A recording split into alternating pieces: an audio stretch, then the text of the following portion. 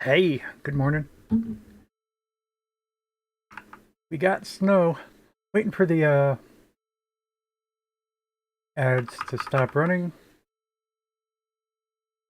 Doo-doo-doo.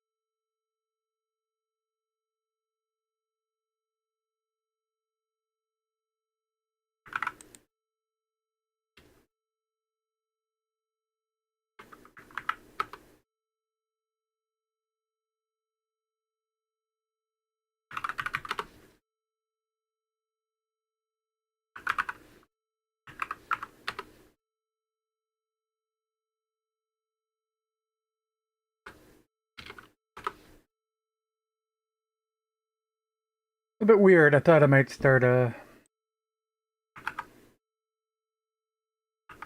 just perusing the info. Keep an eye on changes, bugs.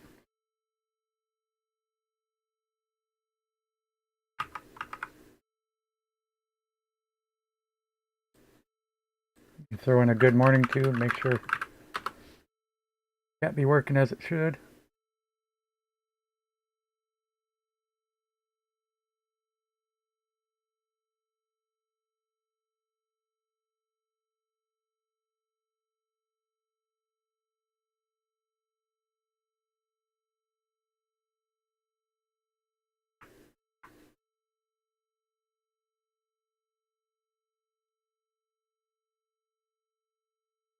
All right. Now I don't really expect anything here, but not used to doing this for sure. Somehow a good idea. Also somehow a horrible idea. Is going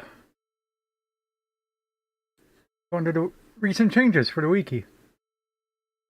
International organizations such as the HRE. I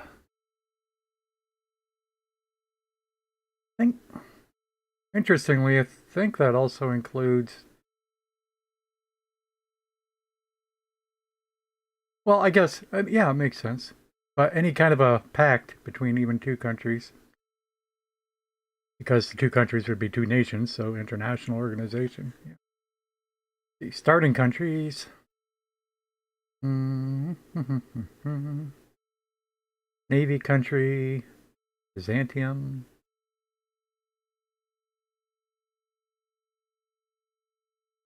Why is this list so short? 50 changes in 7 days. Recent days. Changes within the past week. That should be more than enough. I don't see anything interesting there. That's just as well. Like I said, this is the first time I ever looked at it.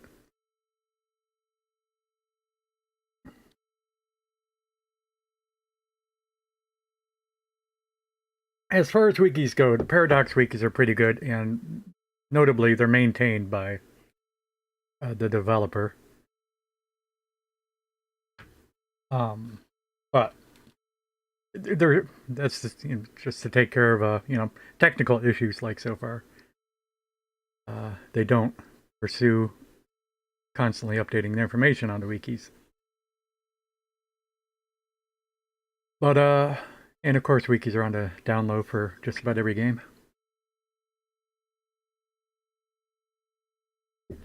Down low, decline. Anyway, where?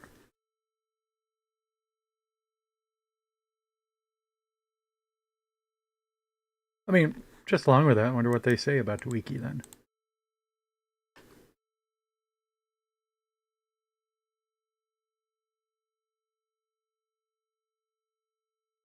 We invite all players to join us in working on the wiki. Yeah, that's it.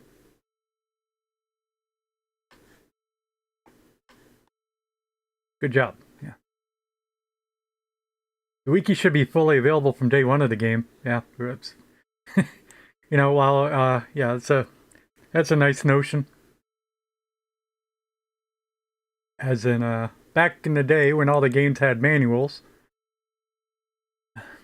Of course, we don't have manuals for our games anymore. But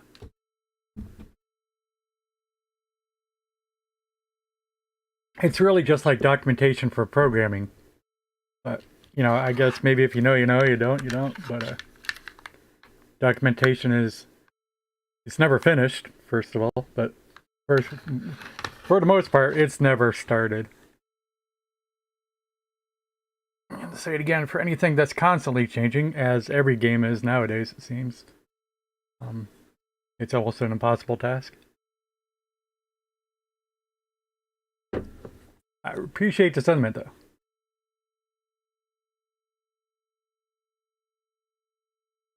But not worded practically in any manner. He just says could be available from day one.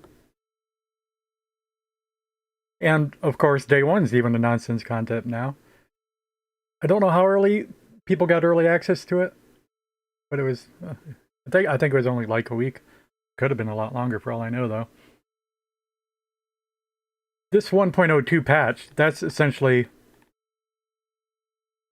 all the bugs they fixed during the pre-release, and I assume that would be like version 1.01 plus any hotfix that they did notice at release. 1.02. And do you know how big the notes are for this? Which they do a great job.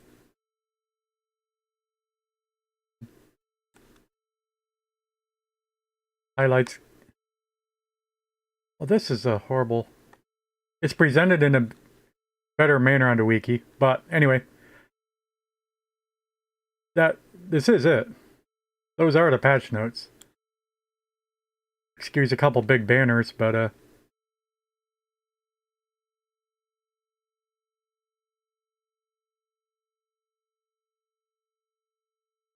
that's for 1 week's worth, right? And you want them to put each line into the appropriate under the appropriate subject on the wiki. It's like if that had to be done, and you're saying at release, it takes twice as long to release it. Not twice as long, but barely approaching 50%, I bet. Do. Anyway, I have already read through those. That was before the last time we played.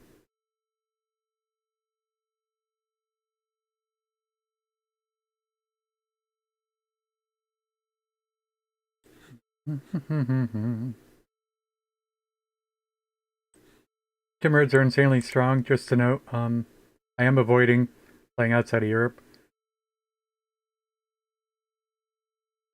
Only for the reason that the game's no released, and there are indications that much outside of Europe isn't well balanced.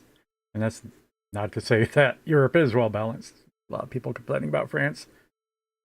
Is this the appropriate tradition for EU 4?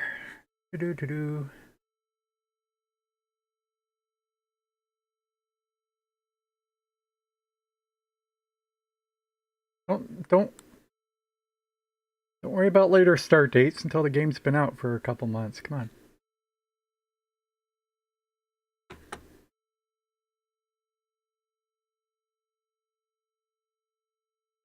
Parallel institutions.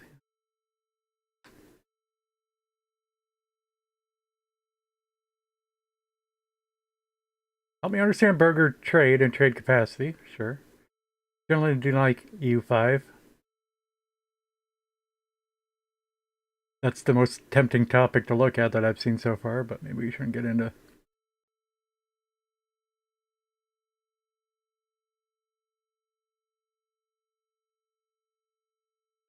Genuinely does not like it. Did you generally like EU4? I mean, maybe. How can France be so dominant early game? That's what I mentioned. We all know that. When do we need to insert a new market between two existing markets? Good question. African American gameplay discussion.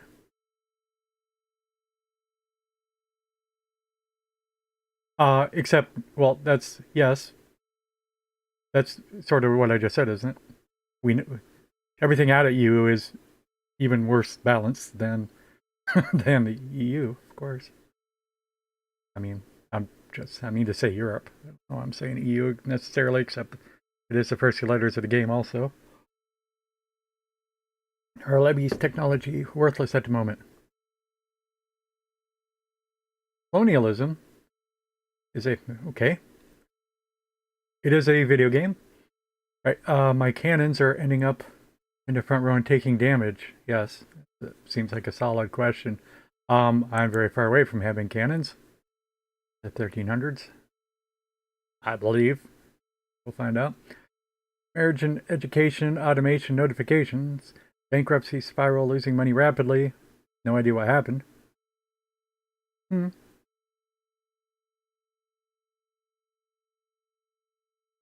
Any kind of trade could have got disrupted.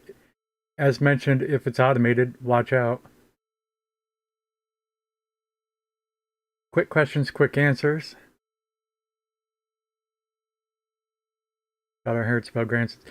As in, the game's very greedy about trading.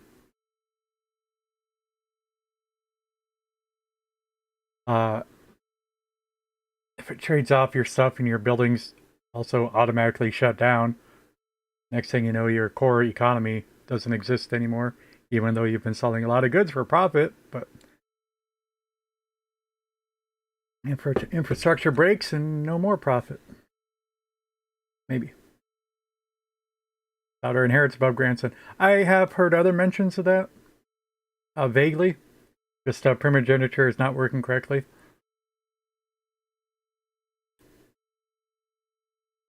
No big deal yet. Whoever inherits, inherits. Whoop-de-doo. I think that's campaign breaking.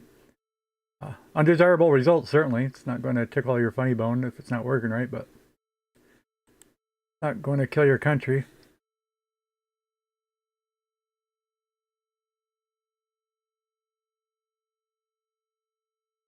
Oh, that's not... What? That's what I'm looking for. What did I click on?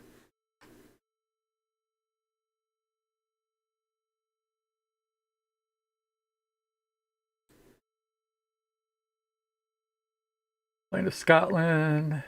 Black Death hit him. I mean, you don't think that might do it?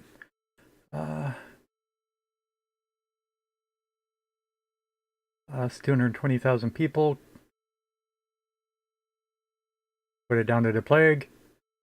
He was earning over 10 ducats a month. Then went to minus 11. Okay. States were unhappy. Well, yeah. Couldn't work out where money was going. Okay. Plain and simply. That's something that should have a solution. You should be able to find out where the money's going.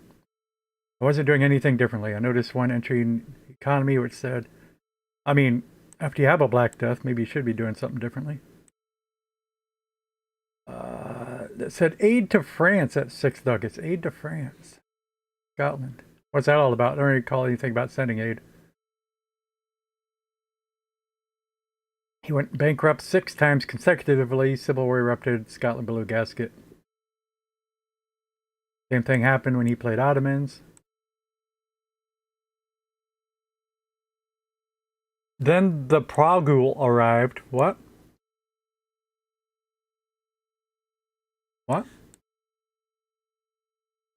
Is that just a really bad misspelling of plague? I did not mean that. Where's the button that said no? Search for what I said.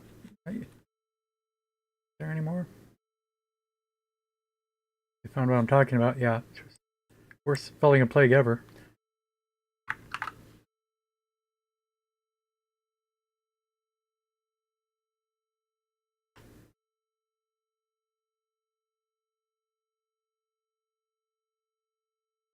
Alright, and we're now getting a clue that it was almost 50% of his population that died.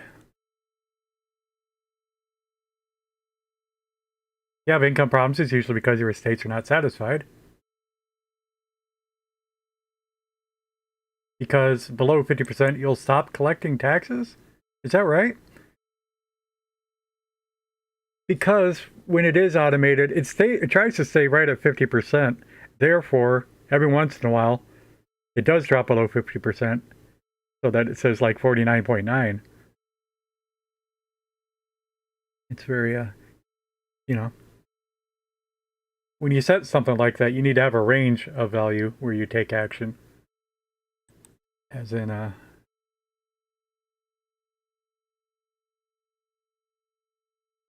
you see, if it's at say 50.5%, it tries to raise the taxes so that it drops down to like 50.1%.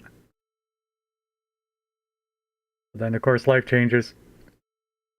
Next thing you know, for next month or whatever, it's down to 49.9, and you're not going to get the tax.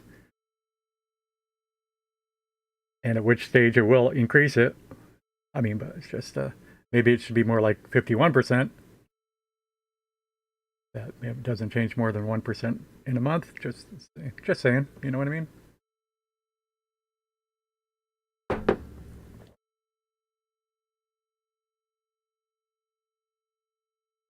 For some reason, estates are always broke, so when you run out of money, there's no loans available.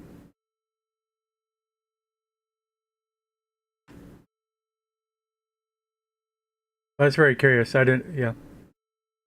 But they need to fix that. I checked why estates run out of money, and it's mostly because they spend a lot of it purchasing the goods they need. That doesn't match his experience. That estates are always broke doesn't match his experience.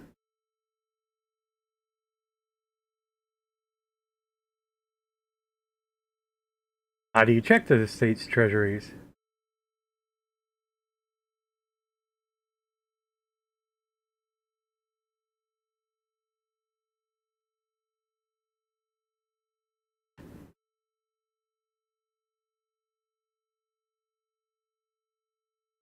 Estates can be immediately satisfied, but still have no money to lend you, hence immediate bankruptcy. That's all right. That's a little bit different, but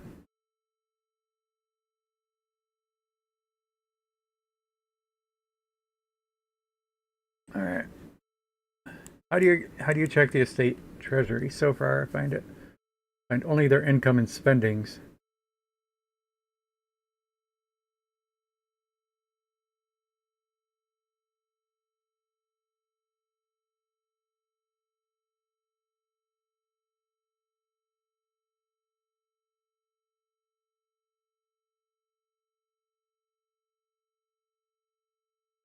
Um, yeah, worth noting this monthly expense of negative 37 ducats would be huge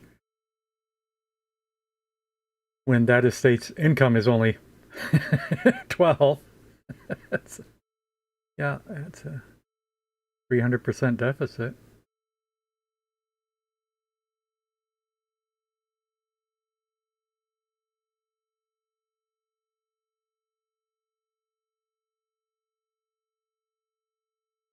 And yeah, let's give that an informative or something.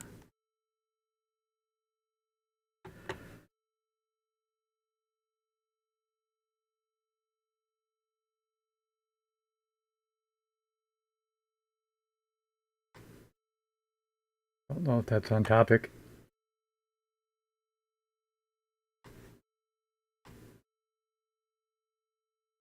Again, that's more about the bankruptcy.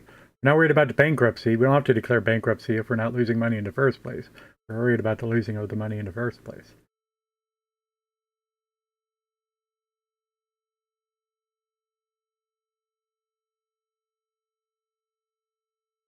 As a betting man, you spend a whole lot on court costs due to your king dying. Court costs, right? Because legitimacy drops. And your estates were mad. The perfect story. So what did you automate in general, right? Fine follow-up, but nothing poignant. I agree that controls should shut down. Controls should only affect the crown. I mean, yes, that makes sense. Are we still on topic though? Bankruptcy is broken in a lot of ways. It's not about the bankruptcy, it's about the losing money in the first place before bankruptcy. Is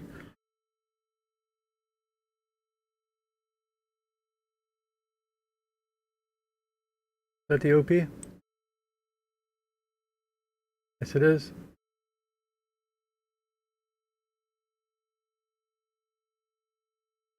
Automates balanced trade and production methods. You mean the whole economy balance?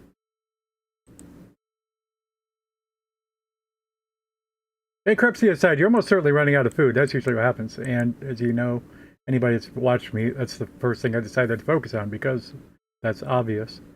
Right? I mean, food has to be the foundation of your nation's economy.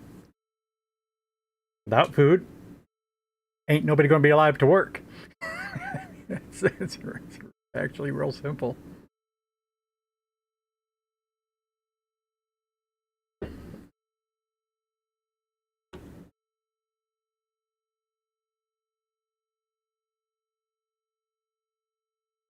Bug report. We talked about issues with the states, namely why they're usually bankrupt. They're worth a read if you want to understand what's going on. Also include a link to similar bug reports.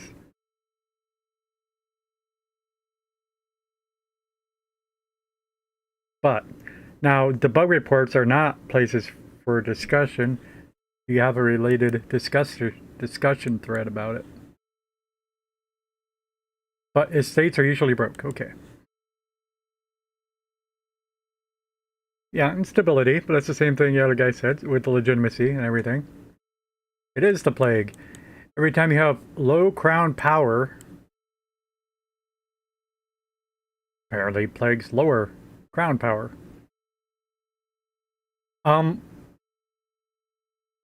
Yes, okay. Let's make sure I understood what that was.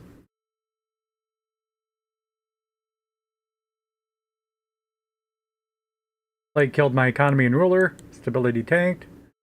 Ruining crown power.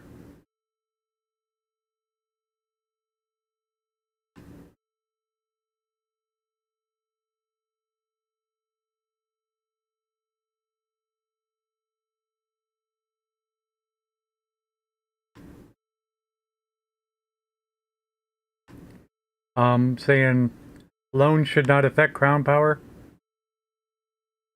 And somebody not replying to exactly what he's talking about. But maybe he'll get to it. But he stopped playing until the devs fix this.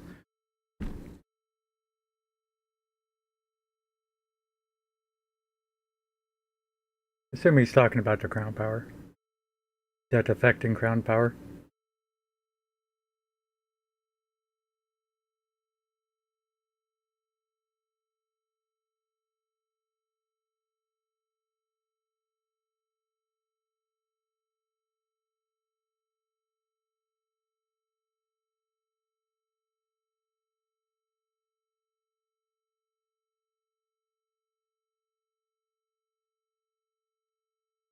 And to reward it, if you're borrowing money, well, yeah, that's not even what we're saying. I don't know. The game has both borrowing from third parties or borrowing from your states. You know, that's just for sake of simplicity, say borrowing from the nobles. If you borrowed money from the nobles, I could see how the nobles might have increased power. But it shouldn't decrease the crown's power over the, like, compared to the other estates. It shouldn't reduce the crown's power with dealing with the church or the peasants or the soldiers. I mean, the idea is they just got the money to, like, for instance, pay the soldiers.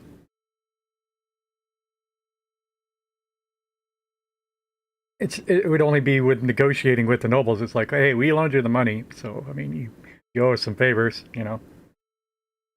Anyway, where's that other thread? And we probably spent enough time here. Bug report. Not the one. this is it. Integrity? Oh.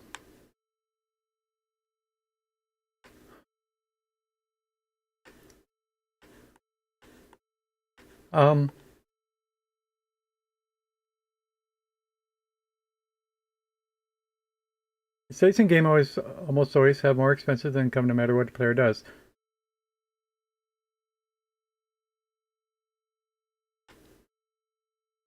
Or it's about the potential cause. Steps to reproduce. It doesn't...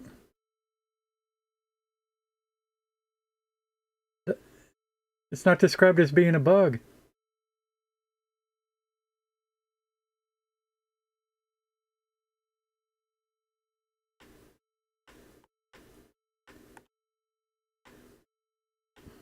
That's a statement of fact. It's not saying...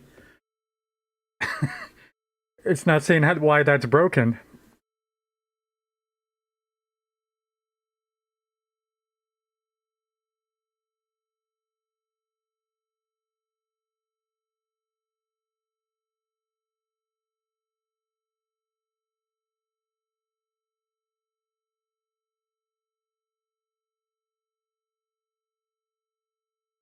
But, all right, accept it at face value.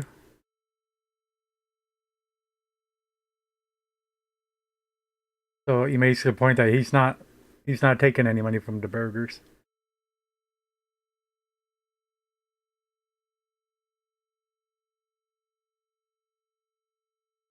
Income 31, monthly expenses. Well, right. Well, that doesn't help if you don't show the expenses.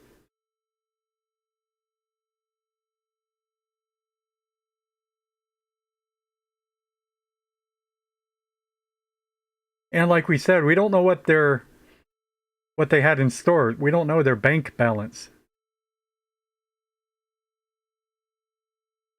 You know, their income was 30, they're spending 45. But what if their bank stores was 100 ducats? It's like,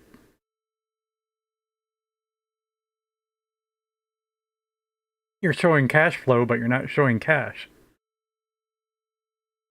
And that's part of one of the first questions I was asked there too. How do we see how much they have? We don't know that, I don't think. Anyway, I think we gave that enough time. Just wanted to do something to... Just wanted to look at some information before we got on with the game. Even still,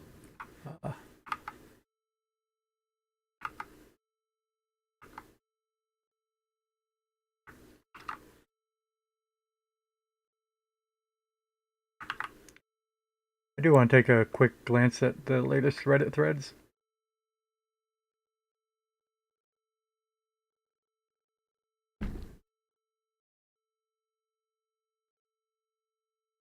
Oh, there are way too many.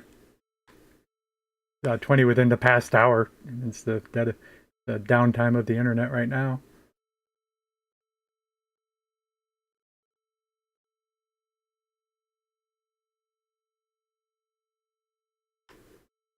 Manpower's people. It's called antagonism now. We've read that. My meme. Old news.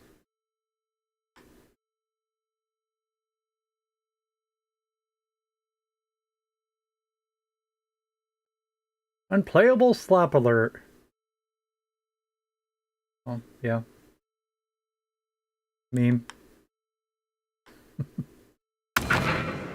Oh, game. So loud. Notice that every time we start it up. Stupid loud.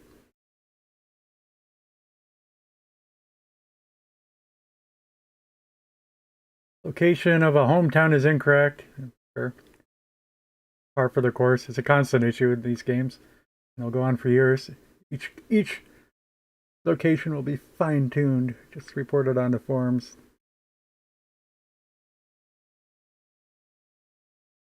Well, I'll say it again. Maybe save that stuff for after the first month at least. Definitely bigger fish to fry. The game is unplayable.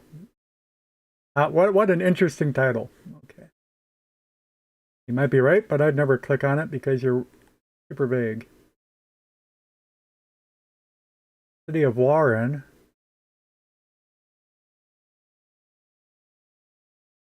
Wrong, yeah, still.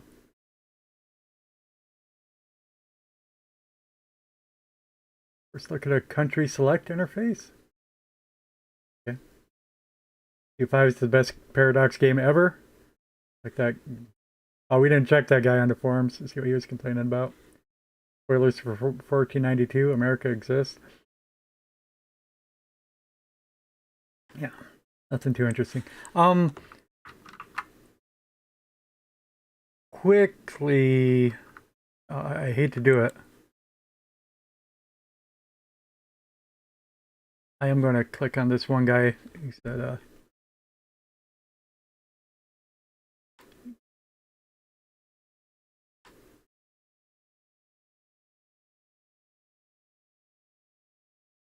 see it at a glance.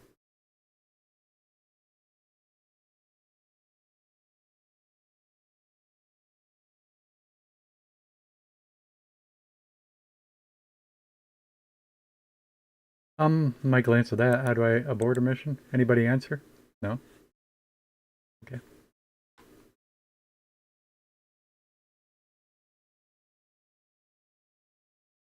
Pages and pages of replies on I generally do not like EU5.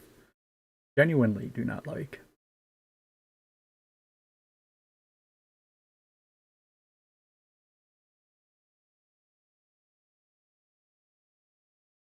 UI performance.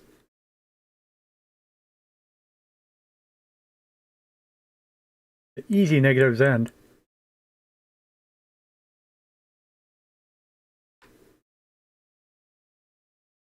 Wars are much more cumbersome. The start date.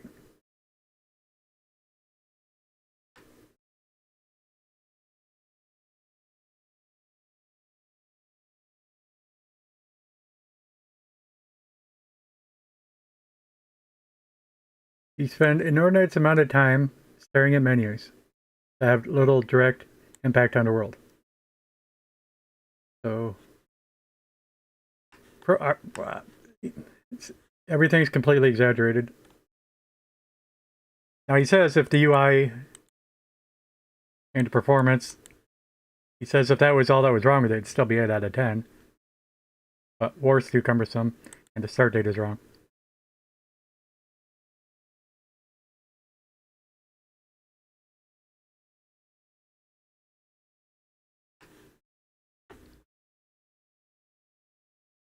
Okay.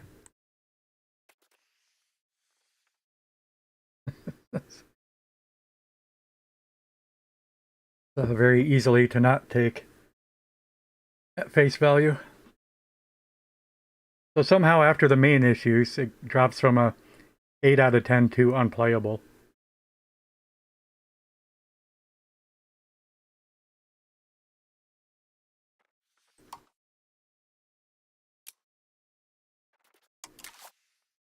All right, where we're at, we just won Portugal. Nope. Say that wrong. Portugal and us have divvied up Granada.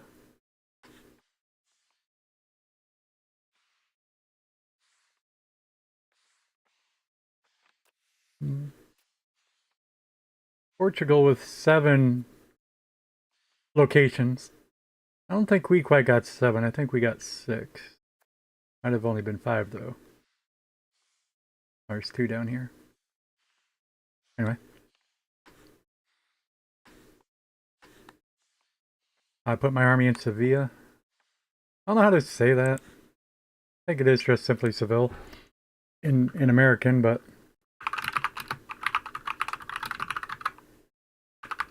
I see the double L's and I just want to say yeah. I don't think that's right.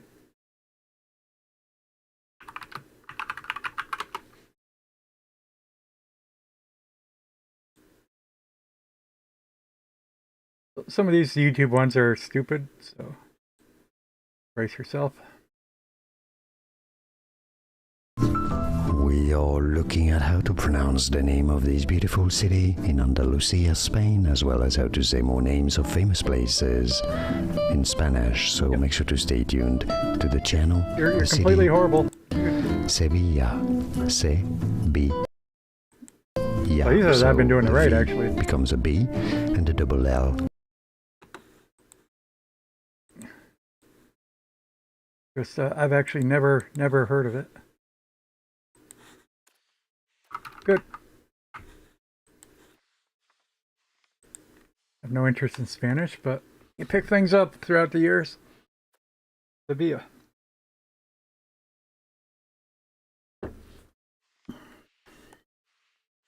Do.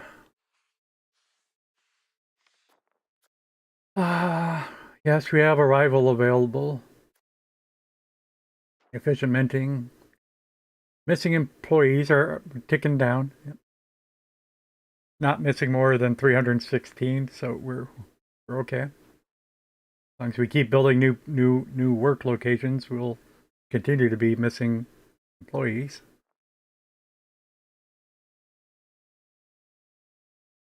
One of our administrative techs is currently encouraging migration to one of our towns. We might want to change that after we have enough employees.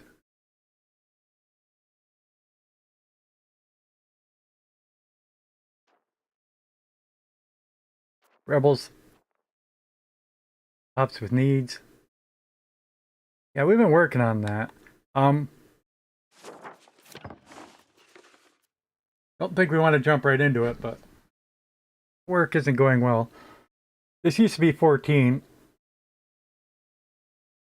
And we built over a dozen buildings. And 5 years has gone by and it's still only at 11.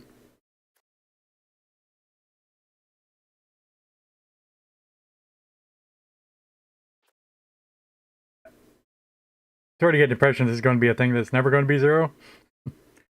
until you own the world. Perhaps. Buildings missing inputs, yeah.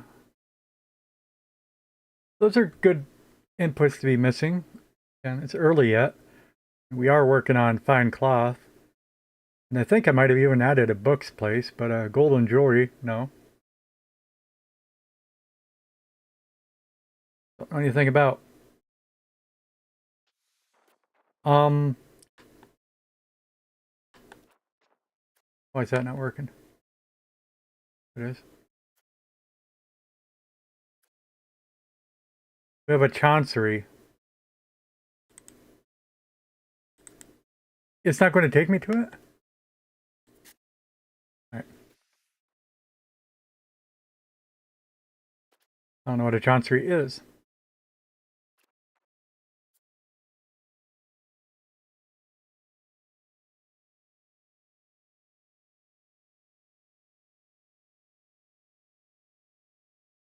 This provides the following effect.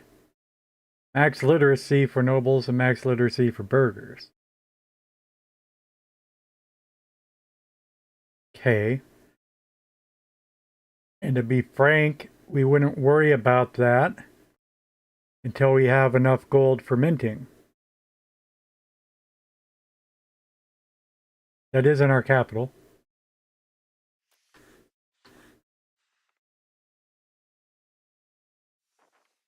And of course it says inefficient minting.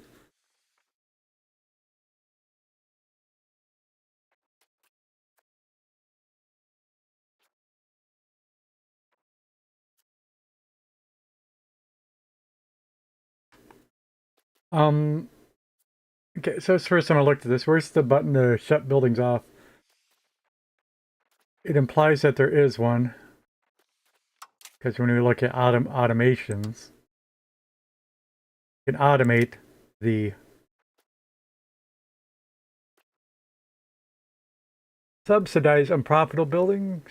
No, close and open buildings. Here you go.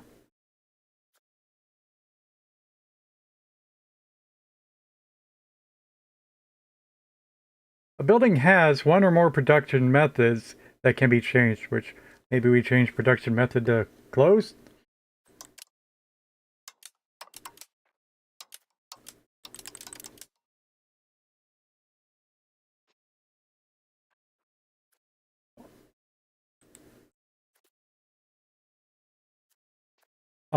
Is there a hidden control? We love those, don't we?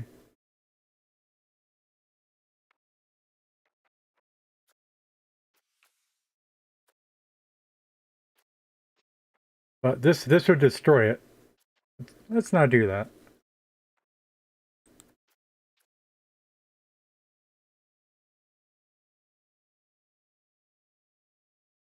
It's just so interesting to me how this panel is called Chancery Invalidolid.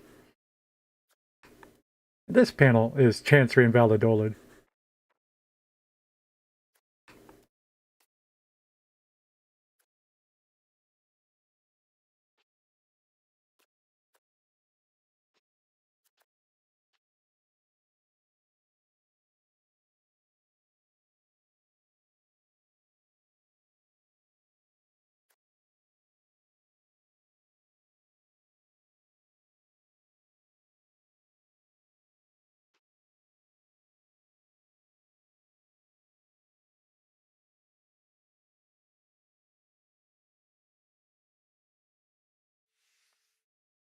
Right now it is giving us 2.5% efficiency to our cabinet.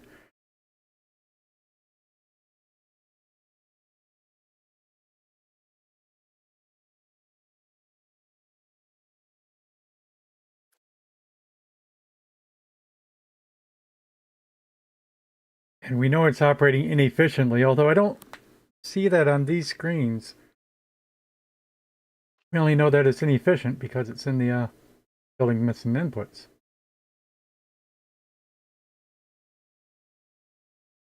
Wasn't it? Where'd it go?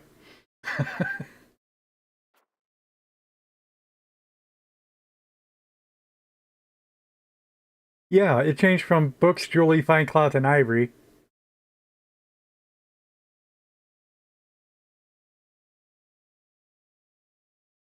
It changed when we haven't unpaused the game.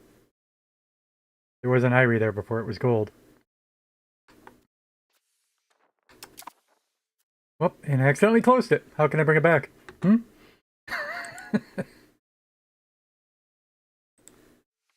Probably can't. Thanks. Trying to find out what was missing ivory.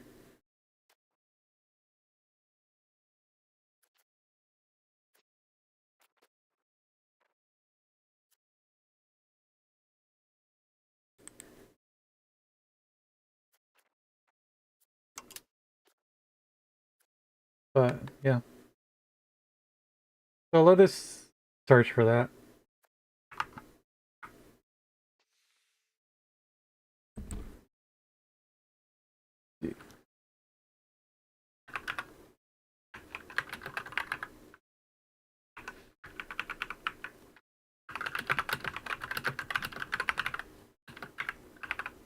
How to open and close buildings.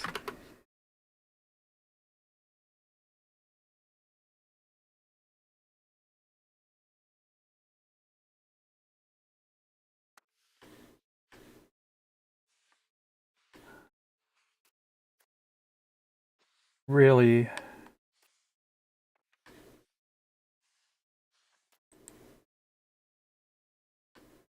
Yeah.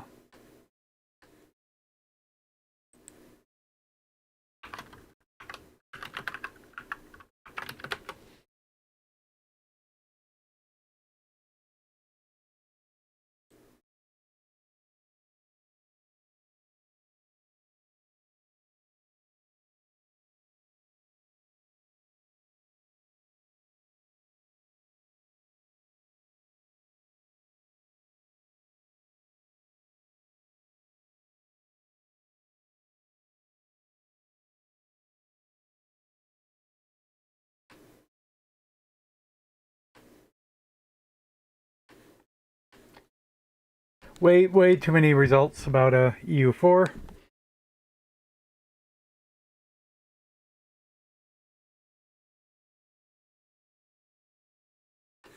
Oh, forgot to change the search time.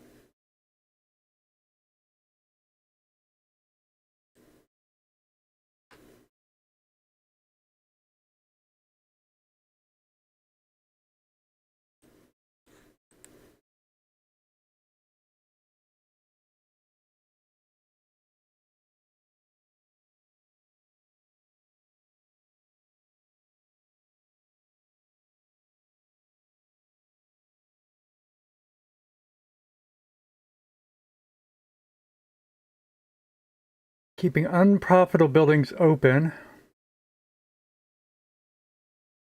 is important for some goods whose price you want to collapse. To reduce prices of either buildings or make upstream buildings more profitable.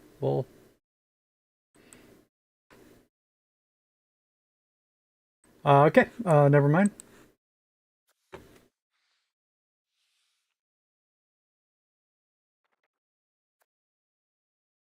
Is there a hint for buildings?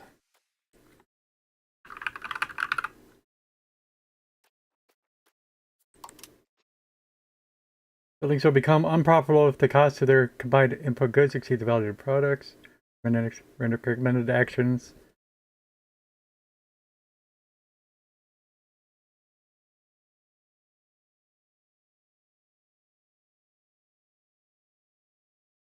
Buildings can be closed or even destroyed. This lock? Oh, okay. It's funny, I see a closed lock at this zoom level. And indeed, this pop-up's making it bigger so we can see it is a closed lock. The closed lock means the building is open. The golden closed lock means that it's closed. What? I mean, gold you even make you think it's, I mean, you know, gray would be grayed out, like not golden. Opposite even, not to mention just the icon being a closed lock doesn't, a closed lock always means closed, I'm sorry. You want to close a building, you put a lock on it. Wow, jeez. Stupid icon.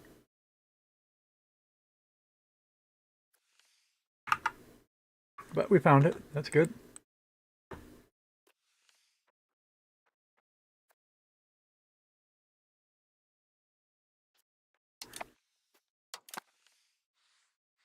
That's one way to make them happy, right? So how do we find that building? We know it exists. The alert disappeared, but we know it exists. How do we find the building that's using ivory? Relevant goods in market. Now, we don't know which market we were talking about. We'll be looking at all markets.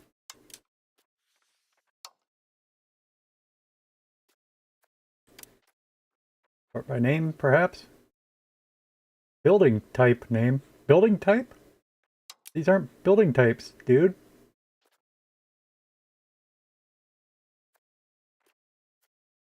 These are not building types. Are they? No. No, these are goods. Alright, well, no, there's a number of buildings using each good. Okay. I'll allow it. We have to learn. We do have clay type buildings. We do have beeswax type buildings. Okay.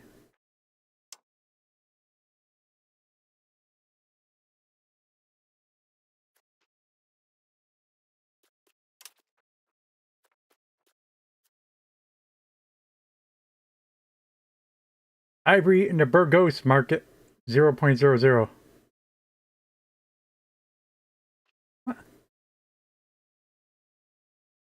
None of our buildings. We have a building that is missing 0. If you're missing 0, you're not missing any.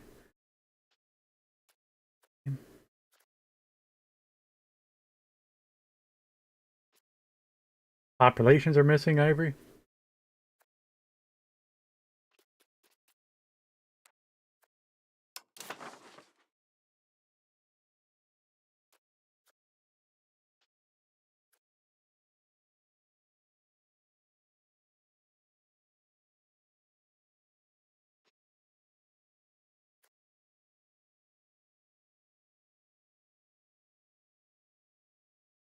The fishing village in San Sebastian needs less than 0.01.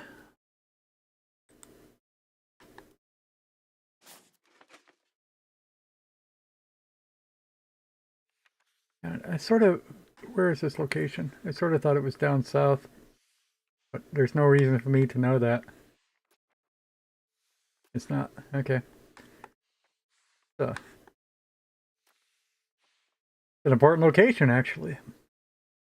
Borders 2 foreign countries, Navarra and Aquitaine.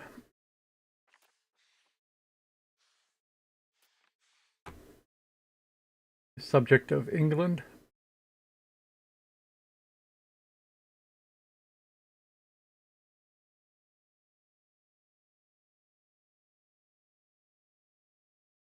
Will you please explain to me? All right. This, we can change the production method so that they do not require ivory.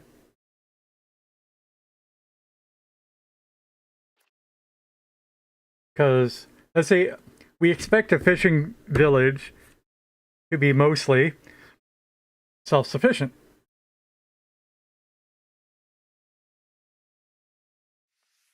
As I recall, we do have 0 sources of ivory, although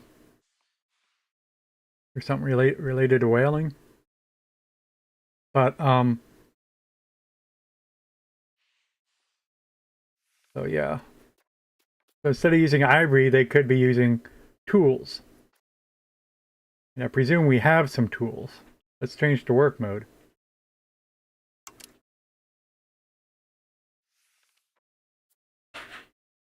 I'm real curious why that ever would have been set to ivory.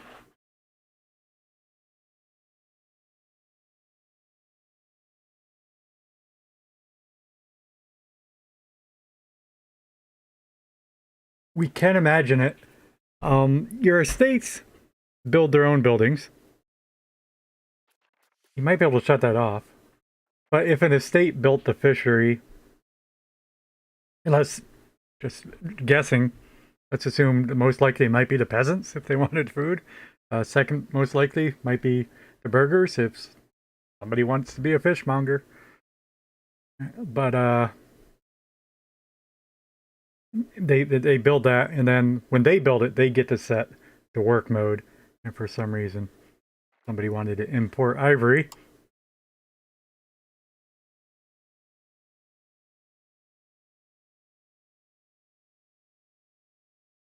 I actually want details on this mode. Let the game subsidize unprofitable buildings that provide necessary resources for economy.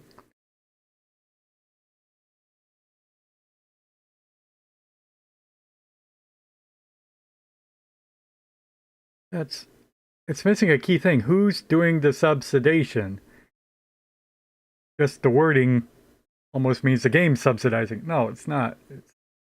If it's missing resources, the resources have to come from somewhere. Where are the resources going to come from?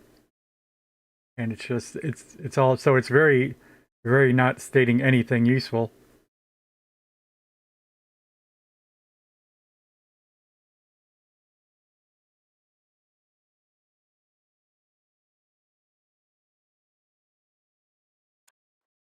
But of course, we're shying away from automating anything anyway. So no, I guess not worry about it now. But it's just so curious.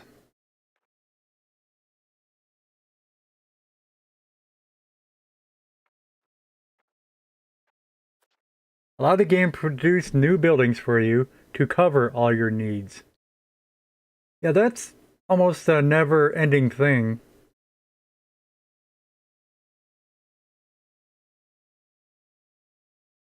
Because once you build any type of, I don't want to say. All right, we got the resource gathering operations. What do we call the other buildings? The resource consuming operations that produce new goods.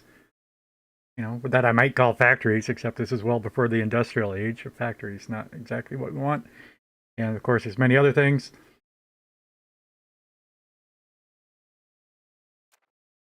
It should tell us, right? there are two types of buildings: resource gathering operations and... Oh, wait, they're subsidized.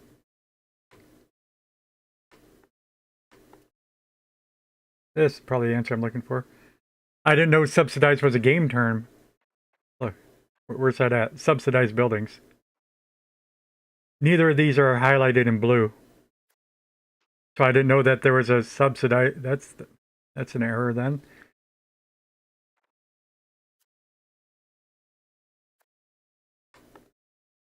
To make sense of that, I need to know what subsidy was. I didn't know it was a in-game mechanic. Some production buildings that we could look up. Some production buildings may have their financial losses subsidized by their owning. Any ducat losses that such a building may be incurring will be paid directly from the country's balance, allowing it to operate as normal. Okay.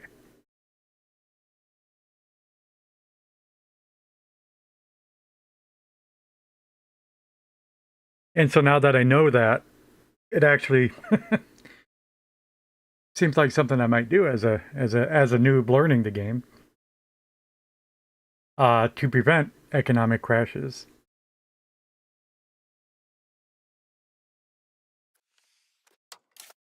But we're not subsidizing anything right now. We would have to know where does our expenses show subsidies.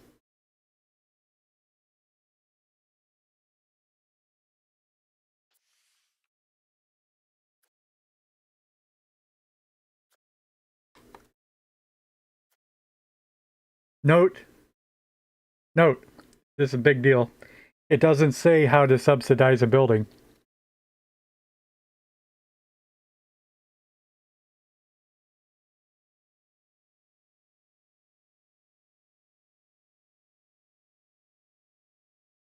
You can automate the subsidizing, but if you want to do it manually, you're screwed. I mean, how do you do it? Nope. Big secret. And the back button, I was hoping to look at that last building we had been looking at. It has disappeared. Okay, so yeah, speaking of which building, they're probably peasants. Fishing village, yeah. It has a red exclamation mark on it that I can barely see.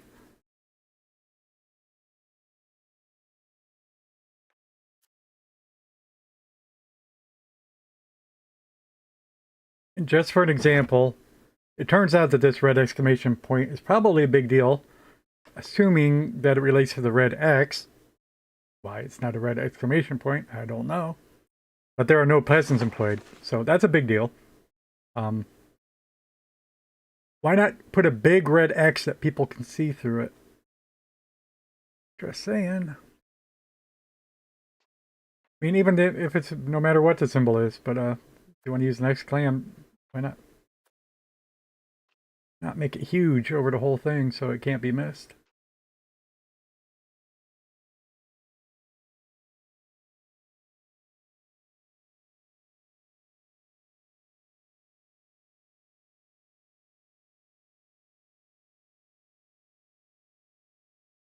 I need to put forth a call to arms, call to action. Call to action is probably more acceptable in these days. If you can find a good deal on a 24-inch 4K monitor, let me know. The truth is, very, very, very few 24-inch 4K monitors are made. So they're usually not a reasonable price. I mean, prices might be reasonable, but they're I need a good price.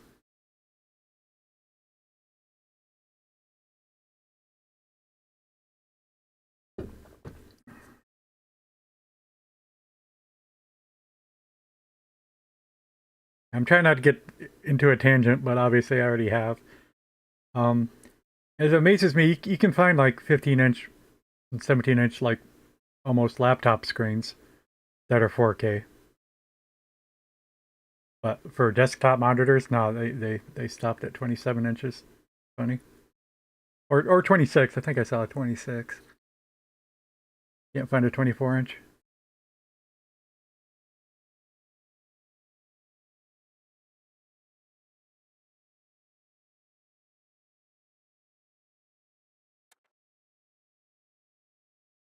Now, also,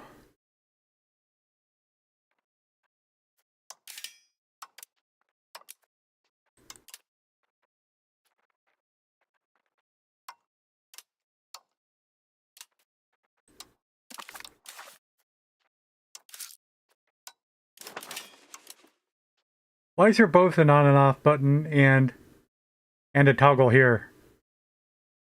So is this half on?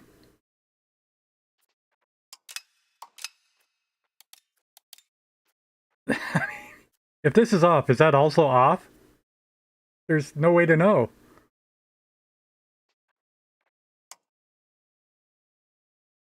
If this shut it off, I would hope that it would like gray out these controls or something, but it does nothing. Then again, if I was looking to see what's on or not, you know, it's just a natural tendency just to look at these. Yeah. All right, that was off. Yeah. No, it was on originally. But I was just going to say, if it's producing buildings to cover your needs, what if you're at a temporary deficit? It builds a building, and of course, it builds a building that produces a good, and therefore you need to build another building that supplies the resource the good consumes. It's never ending. If that's on, it's just continually always going to build. I was wondering about that. Yep. If you accidentally hover over a slider, it's going to move. I despise that feature in games. I'm trying to scroll this window up and down, but we accidentally end up changing the values.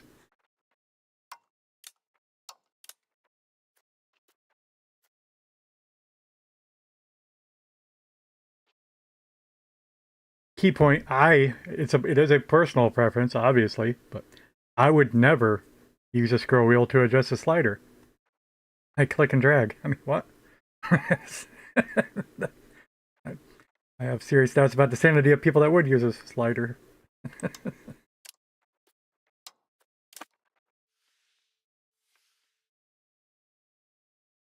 So that was Ivory, but we fixed it. We fixed Ivory.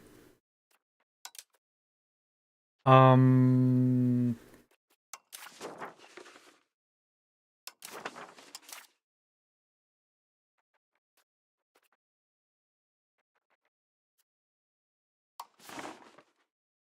this is production. You see, we're not going to look at the production of Ivory because we're not producing any.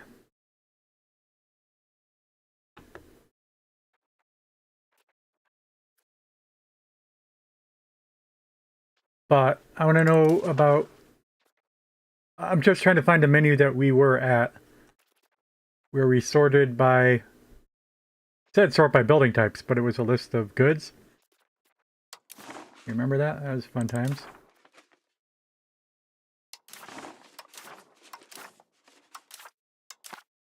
Yeah.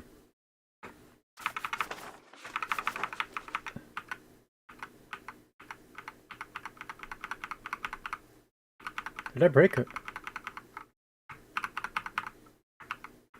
I might have, no? Click on the weaponsmith real quick.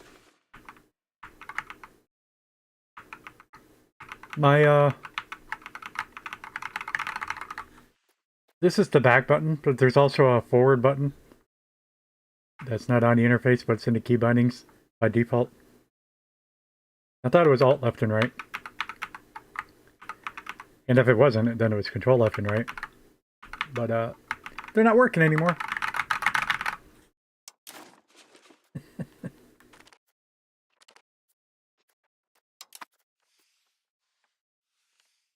Just take anything.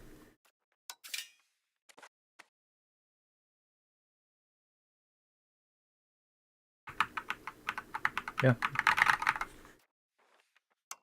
Just to confirm and to prove it to you guys so that you know. You got input bindings.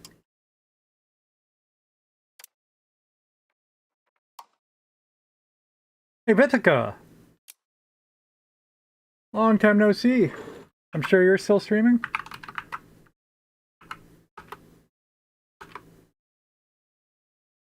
Yeah. Um, Not to get personal or to get into things you maybe don't want to talk about. Um, but yeah, it seemed like you left Ducky streams quite abruptly back in the day. I mean, you were a big time chatter, but things change. Hope you're doing well.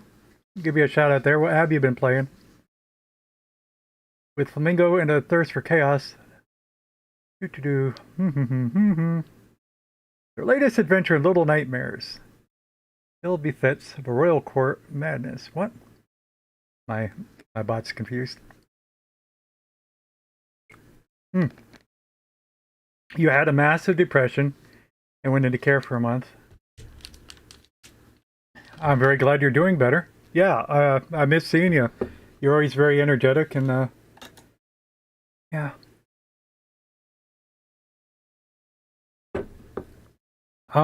I quite still fondly remember that one Christmas stream we had when we were playing whichever Guess the Drawing game.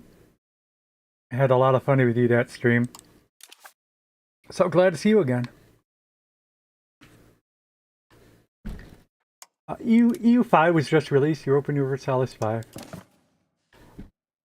And I'm just going to be sitting here learning the game for weeks. Taking it very slowly. We had a fishing village that was forcing us to import ivory. And,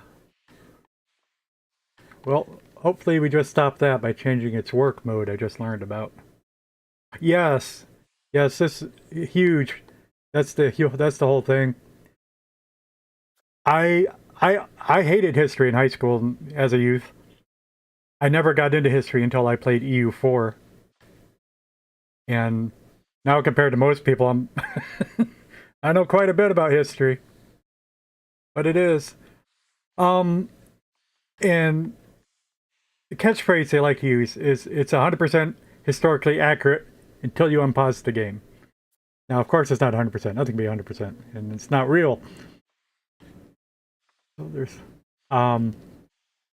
But yeah, Holy Roman Empire, Flanders. I did start a game as Holland here. They're both part of the HRE, Holy Roman Empire. No, wait, Flanders is not. Flanders is part of France, of course.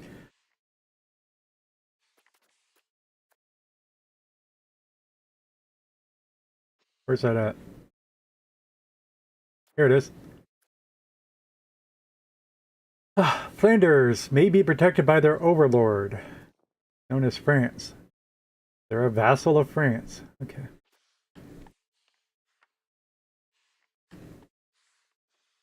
The Hundred Years' War just started, sometime around 1340. For anyone, for the Americans, we have to explain. Yeah, the 100-Year War was a big war between France and England. Yeah.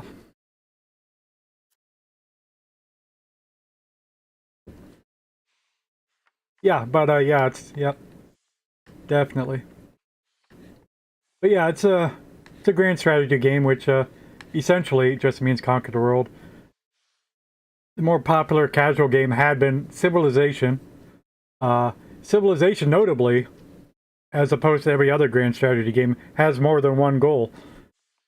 It's not necessarily conquer the world. In Civilization, you could also launch a rocket into space. The first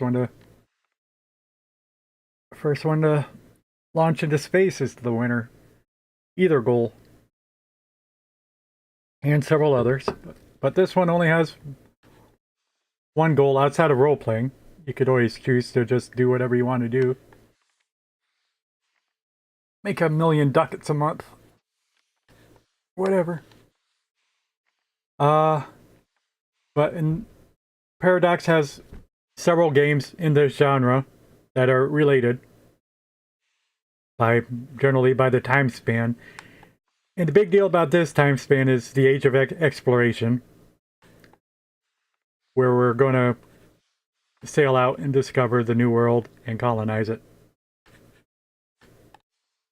Which, in real history, turned out to be a major race between Spain, Portugal, France, and England. No, I didn't mean to say France. Notable, but the Netherlands.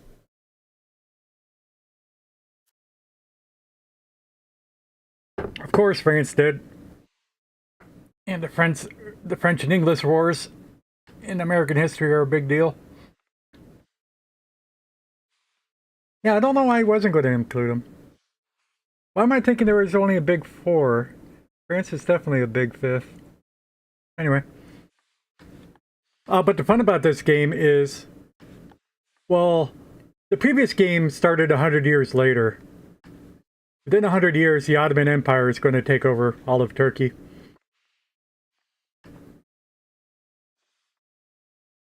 Anatolia. But so a lot of people in the previous game that started in the year 1444, a lot of people like to play as the Ottomans and try to colonize the Americans. But that's literally the attraction to the game.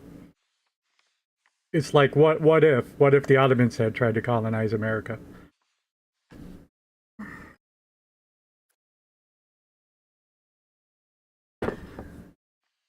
And EU4 was the most complex game I probably ever played. maybe Arma is a close second. But they've added a surprising number of new features to this game. I'm afraid it might be 3 times as complex as the first one. It'd still be driving Ladas. I don't know what that is.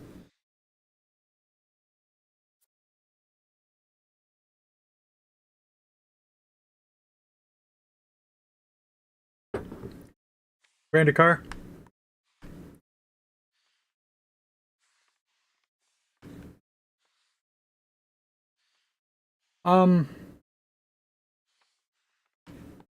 Actually, and just how you said how they're teaching history.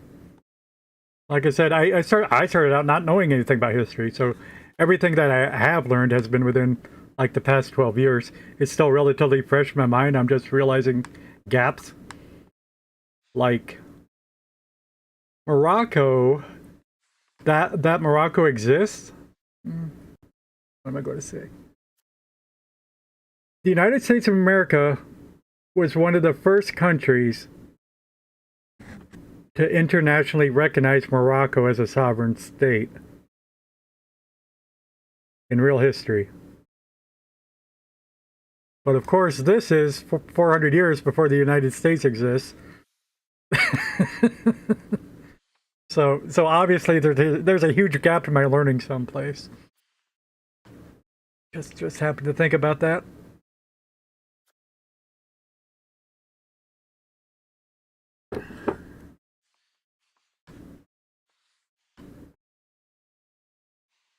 Anyway, try to focus back on this.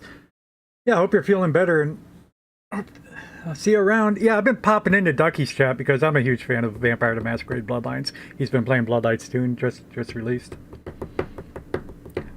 But at the same time, I'm trying to avoid spoilers, so I don't hang out in his stream for more than 10 minutes. Try to be popping in every day and saying hi. Oh yeah, everybody hates it. We know that going in.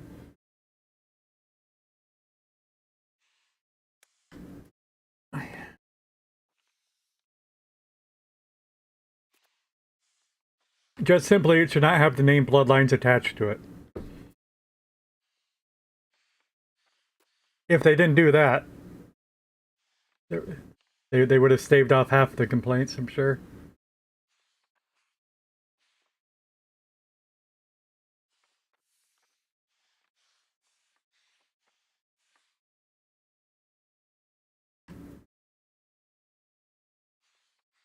Yeah, and the original's a little buggy. It gets actually more hate than it deserves, but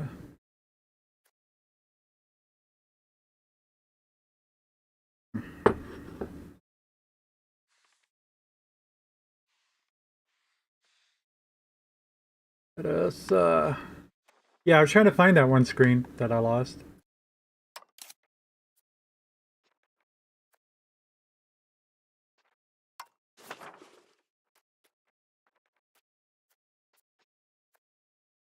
Well, now that I think about it, like when I clicked on Ivory, oh, and then I go to Browse Buildings, is this how we're getting there? That might be. Like I said, I just shut off the Ivory, so we no longer have any need of Ivory. So I got an empty list. This might be what I was looking for. Take something else, for example. Horses? Why not? Browse buildings. No, this isn't exactly the same thing I was looking for.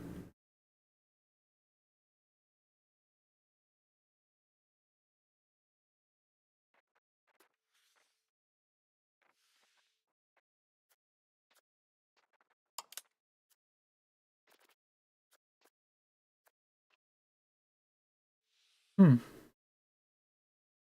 It's a way to sort buildings by required goods, whether inputs or outputs, but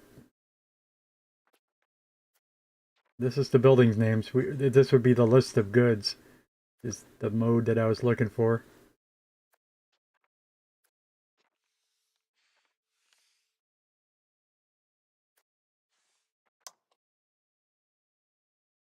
Yeah, about the game Bloodlines 2.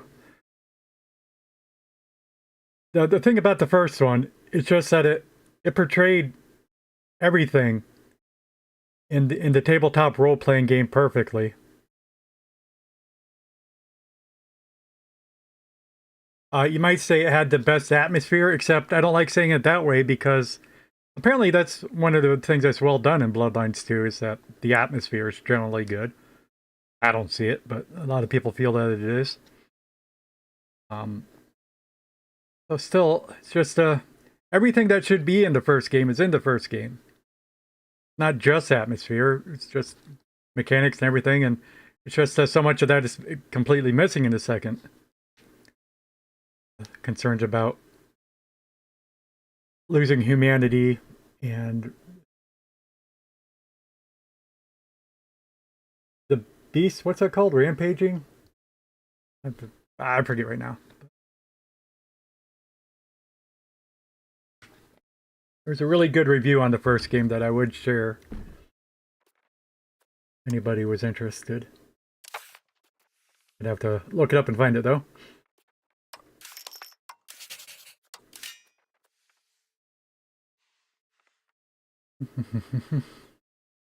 Hey, Cyper Ronan.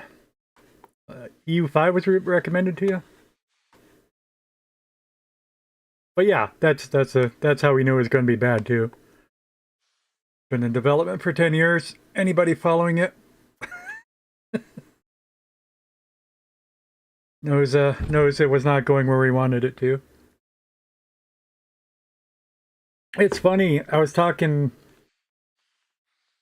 always called Paradox Studios. Paradox also makes this game. Made both Bloodlines 2 and EU5. It's like EU5 released so well. It's like I got to think about instead of calling Paradox a AA title, I got to start calling it a AAA title, a AAA studio. Except, like yeah, let's give them an extra star for the successful launch of EU5, but we gotta dock them like 2 stars for the release of Bloodlines because they really fouled that up.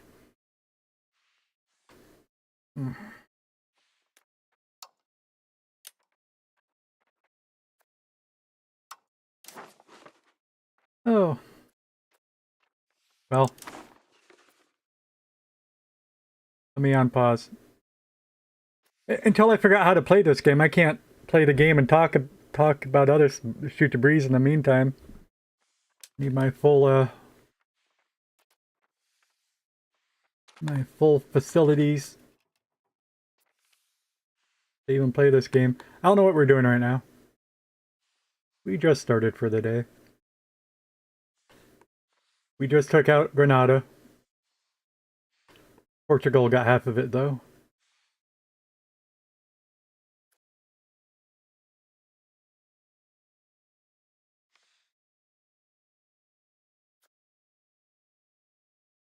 I need to get coffee.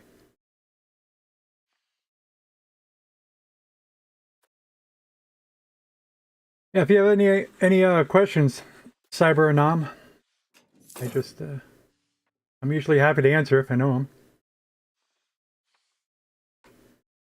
Twitch streams have the tag new player friendly.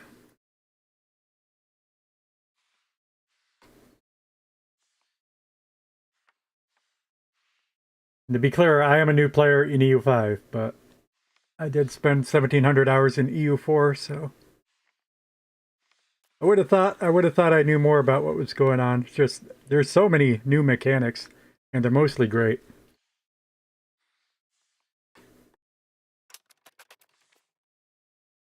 July of 1342.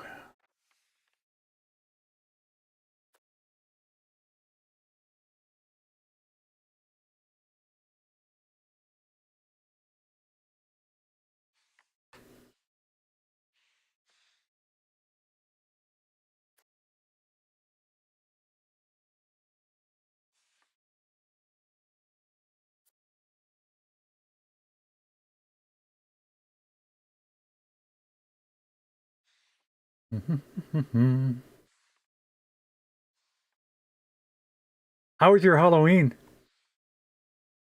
Imagine that's a big holiday for you. I didn't do anything for Halloween, but I never have. I do like it though. Pretty cool to have a type of year to celebrate horror.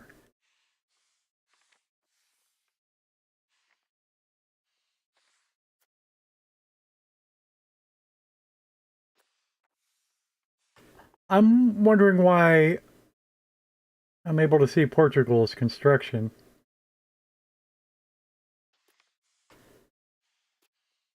We do have a. I don't know how it came up. We have like a personal union with Portugal. Oh, I remember how it came up now. Um, my wife is the Queen of Portugal.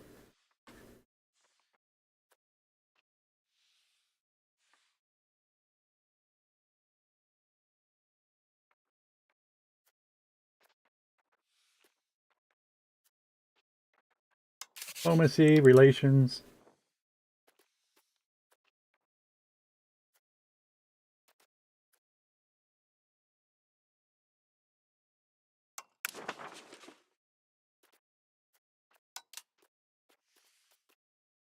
So that puts us in a marriage union.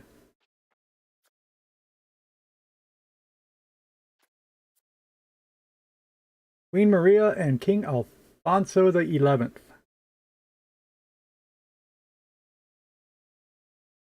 Yeah, you celebrate horror all year round.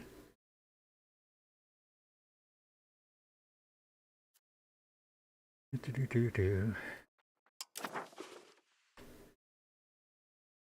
need to get a splash of coffee. I'll be right back. 30 seconds. If that.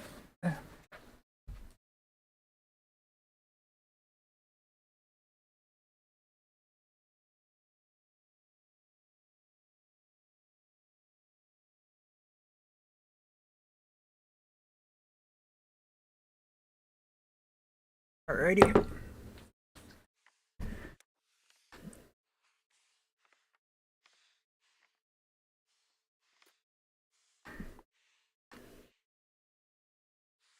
Oh, what's this one? That's been there. It's just the first time I noticed the icon.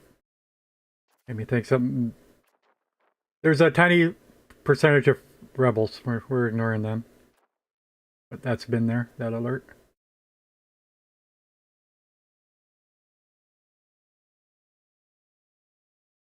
Oh, we have made the Muslims mad.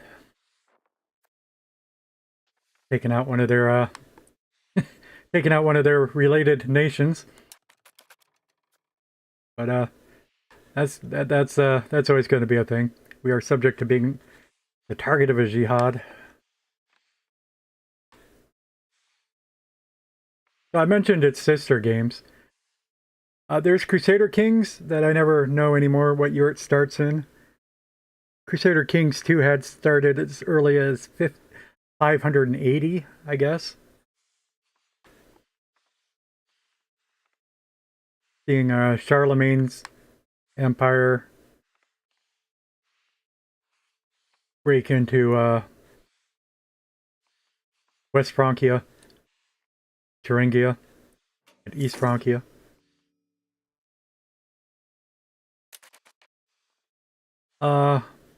Up until about the year 1450 when EU4 started. But we note now that this game does start 100 years earlier. And I just went through the years again recently, but I don't know. But then sometime around 1715, 1800, I don't know, you start playing as Victoria, the Paradox game. And that goes until about 1930, which is then Hearts of Iron. These are the 4 games that tell EU4's tale of history. EU4's Paradox Studios. There's also a couple odd games out, such as Imperator Rome and stuff. But these 4 games are meant to line up relatively well. Again, that's Crusader Kings, Europa Universalis, Victoria, and Hearts of Iron. And I only play Europa Universalis and Crusader Kings.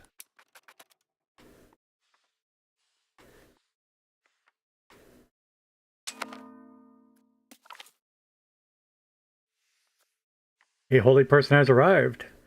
Marty Forment, a cleric from the Holy Order in the Crown of Aragon, arrived at our court today. He's deeply impressed with our harsh but godly punishment of unbelievers and has asked for an advisory position. After all, a crown that prays together stays together. I'm just checking. See how religious we actually are? I forget.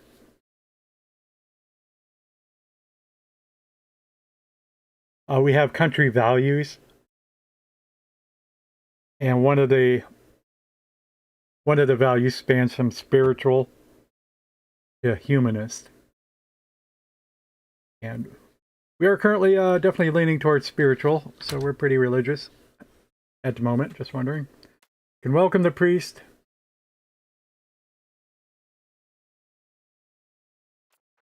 Or we are not ruled by the church. Okay, this is a major decision.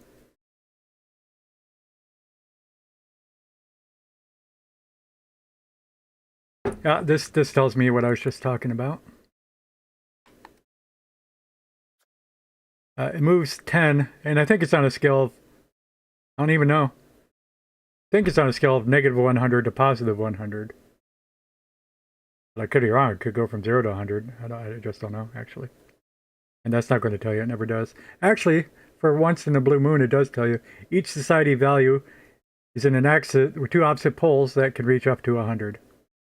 It's a cumbersome way to say it, but okay, yep. Negative 100 to positive 100. Would advance plus 10 towards spiritualism. And it's currently 50 towards spiritualism. We're halfway to max religion. As opposed to being anti-religion.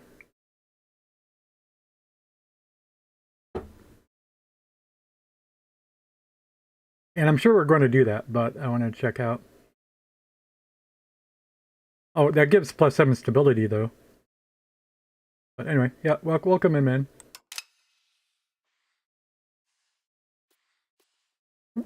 We're still playing through a learning tutorial, sort of. Very odd. These are like tutorial missions. But we haven't even completed the first step yet that we chose to. Humiliate a rival. We have to start a humiliation war with a rival. Granada was too small to make a rival. We are rivaling Morocco, but they're also not going to be a pushover when we do fight them. So I can't just start off our tutorial by invading Morocco. We could, but probably just end up dying and have to do it again if we want to complete the tutorial.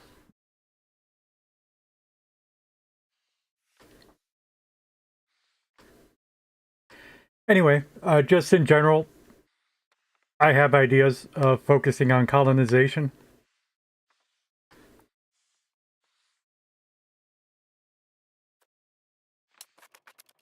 And there might have been some aspects I didn't want to focus on, but generally, we're generally going to keep the head for the ideas that you might think of Spain as being, which of course the Crown of Spain always had very close ties to the Papal States, to the Pope, to the Catholic Church.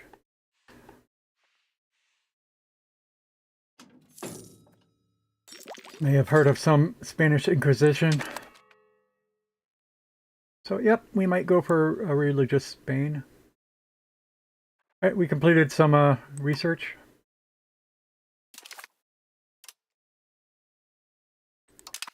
We've completed expanded archives. So lots of research to be done.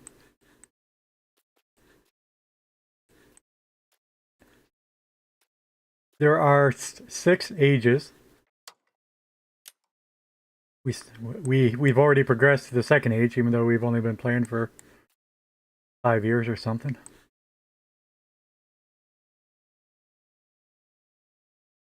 And yeah, I want to note that it doesn't look like we haven't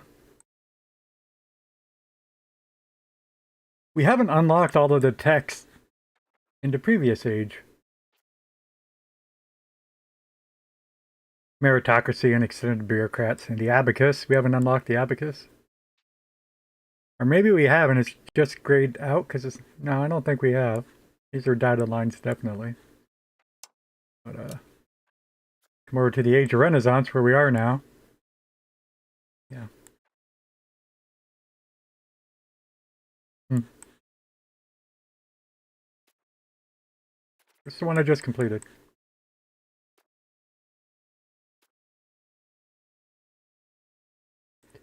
I don't know anything about these. Why are they highlighted in gold?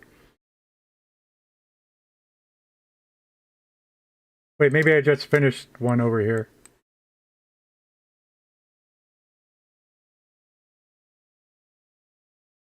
Yeah. I think that's the case. Our first one was organized religion. It always is. That's the only choice we have. And then we did guilds. And we just finished expanded archives. Okay. What is highlighted in gold is what we can research next. Although, maybe not, because I thought that was a requirement. I actually think these are only 2. Unless there is something over here also in gold, which there is. Okay. Scholarly treaties.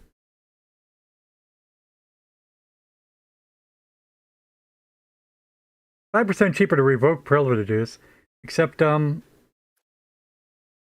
about revoking privileges is more like, I think it doesn't just cost gold, it costs stability.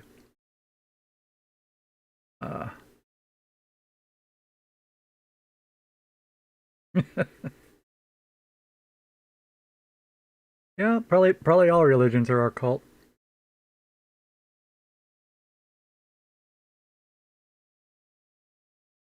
And it says minus 5% costs, but does that include like the stability cost? Probably not. Definitely has gold icons. It's just talking about monetary cost.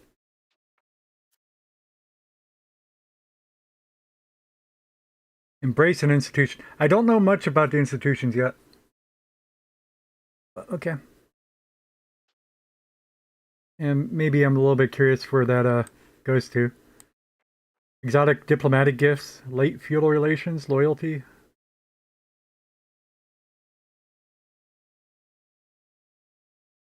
And it seems like it's wasting an awful lot of white space here. You zoom out far enough to see things. The text is too small to read. Codified privileges and duties, mills, recurrent warfare, war with no cost is belly cost. Oh, that's interesting. That helps the Spanish. Cheaper to start wars for no reason.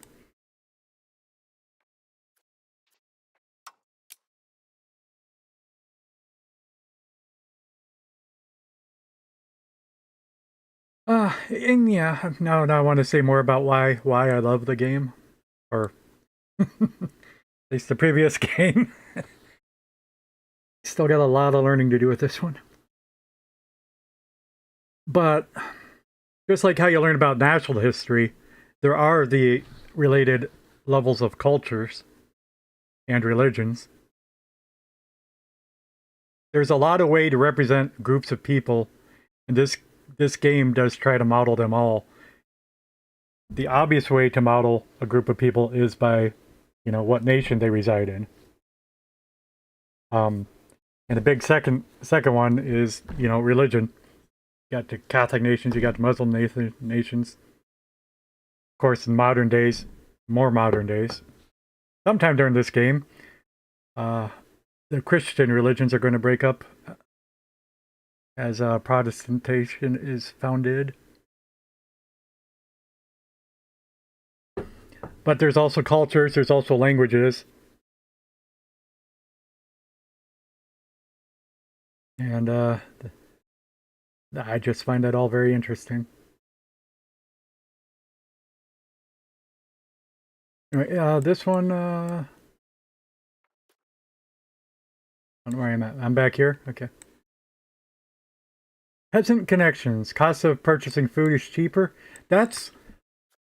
Yeah, this is not desirable because we're producing our own food. We don't have to purchase any food, so why do I care if it's cheaper? But we probably have to unlock that before we can get construction speed or maximum RGO size. That's interesting. But we're not in a hurry to get it. I don't know if we even have one single resource gathering operation that's at say half size yet. So that'll be for later.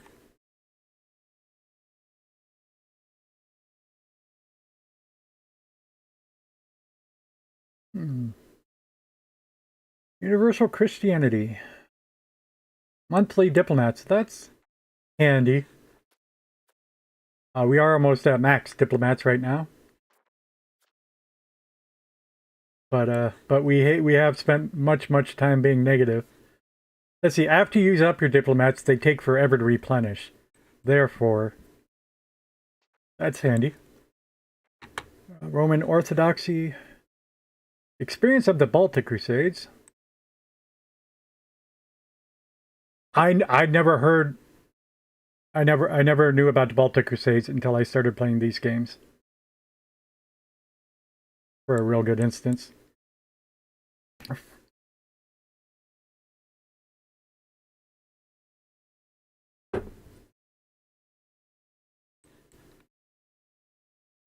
Devotion to the Virgin Mary, Catholic pilgrimages. Alright, so that's all definitely religious. What do I want to... This is not a big hurry. That's all religious. What was back over here? Maybe this is what I'll go for. Revoke... Yeah, I'm going to go here. We'll take our first tech of the Age of Renaissance.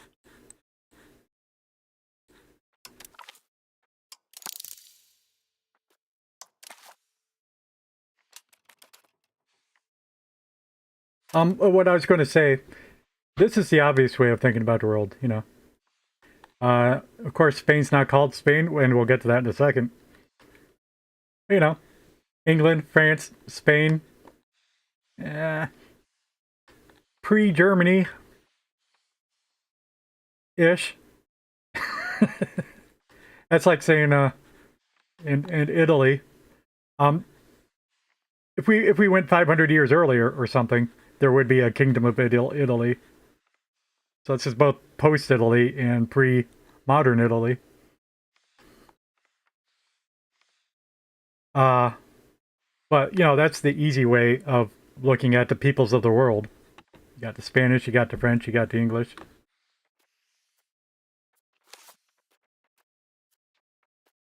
But of course there are other ways. The cultures of people. What do people see themselves as? What is their heritage? We have the Castilians. We have the Australians. Portuguese, the Andalusians, the Aragonese, the Catalans, the Basque, the English, the Normans, the Picards is one I did not know about, and the Low Franconian. Yeah, the ultimate goal of the game is conquer the world. Very unenlightened. Crusader Kings in particular is very good about accentuating the roleplay aspect where, you know, it's possible to play the game and have fun without conquering the world. But this game really doesn't give you, this one, Europa Universalis doesn't really give you any other goals. I would advocate that it's up to you to make your own goal, really. Normans, Low Franconians, Frisians, Westphalians, Lower Saxons, Holstein, Danes.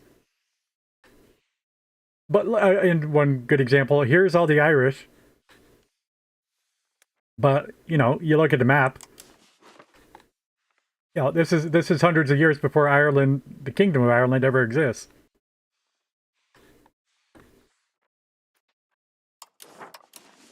So that's another way to look at people. But of course, oh, and the other big way, Catholics, Muslims, it's both Sunni and Shiites that are. There's a lot more on the map. But of course, this is after.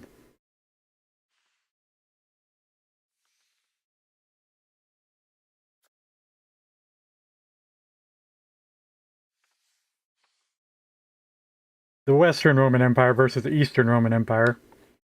Spreading religion. Catholics versus Orthodox. That's fine. But so now, this game added languages being a big deal.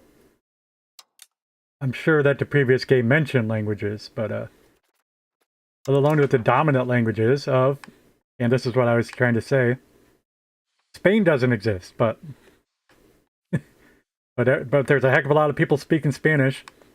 Germany doesn't exist, but of course, there's a lot of people speaking German. And the Gaelics, Scandinavian in general. Just Russian. It's another one. Russia doesn't exist yet, not at all. Persians, right. Persia's dying out, but of course, for a long time, there's going to be Persian influence. Along with that, we also got the dialects. I don't know where most of this stuff is. Again, we're all just still learning the game. Dominant dialects. And this looks a lot more like the culture map, actually, seeing that there's Basque and Catalan. Rather than speaking Asturian, they're speaking Leonese. They were both the kingdoms of Asturia and the kingdoms of Leon.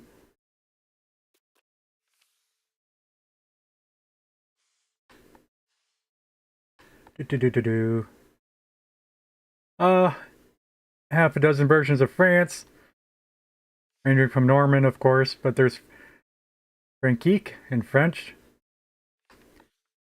I've not always,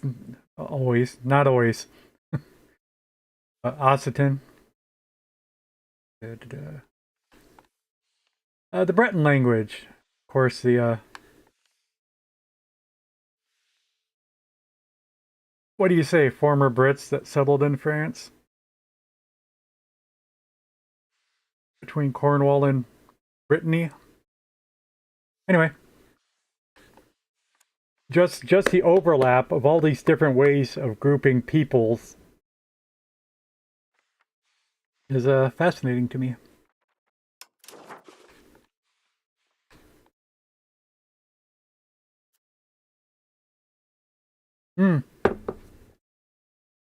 And I just want to say, I'm actually only assuming that the goal of games to conquer the world.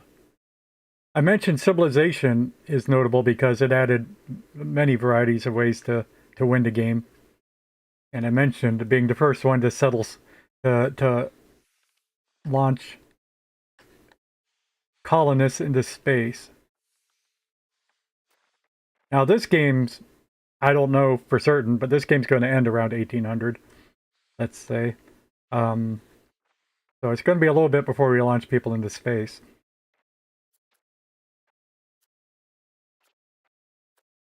But what is the biggest tech that we can learn?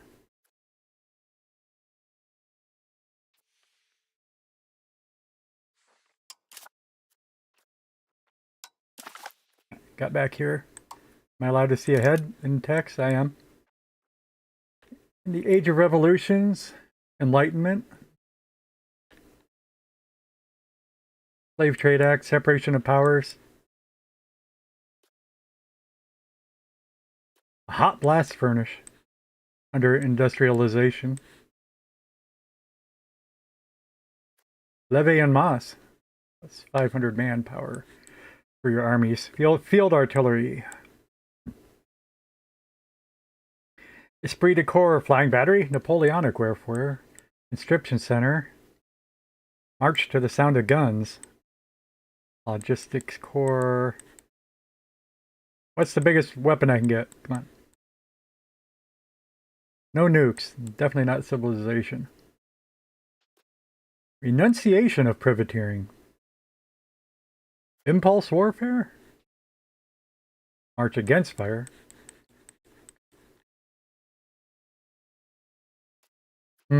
Basic roads.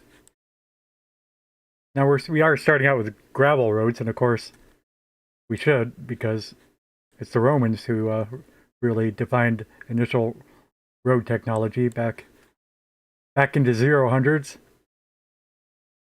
No, I was just wondering if maybe there was an impressive technology that you could consider a game win.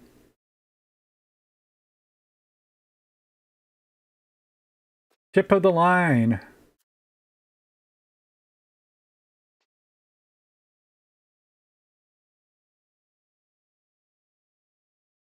It's important to, as I said, one big focus of the game, if you want to play through the age of exploration, discovering the new world and everything. But just after that, 1730s was the golden age of piracy. Piracy is going to be a huge part of the game too.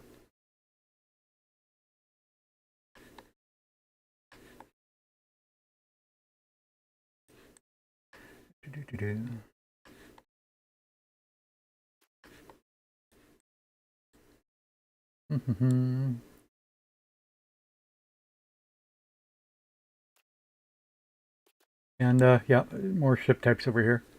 Yeah, just wondering. Most people will play the game for less than 200 years. And that's to be explicitly clear. Most people are not playing to conquer the world.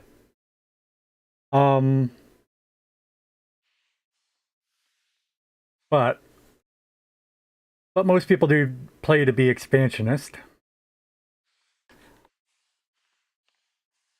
But the other way is, rather than expanding and spreading all over the world and conquering the world, there's also the playing tall, where you're just trying to build the most impressive cities possible.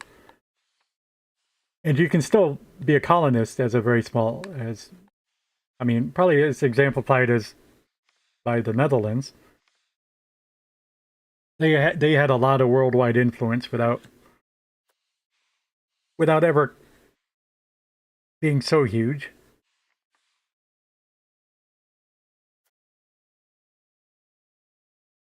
You know, England is famous for being the largest empire in the world, largest overseas empire. You take out the overseas qualifier, of course, it ends up being the Mongols.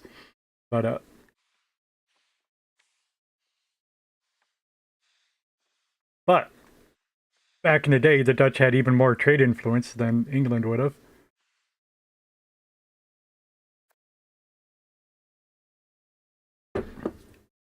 So how you play it isn't, yeah. Each person makes their own goals, really, is all I'm saying.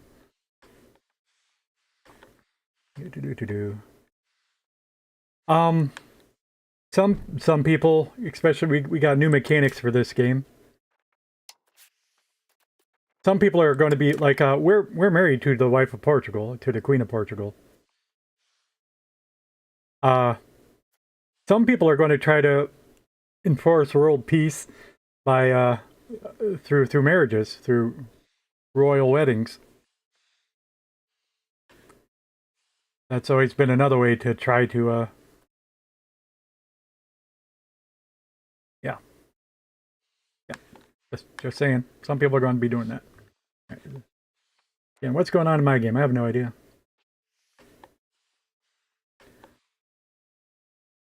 I want to start working on getting an army to beat Morocco.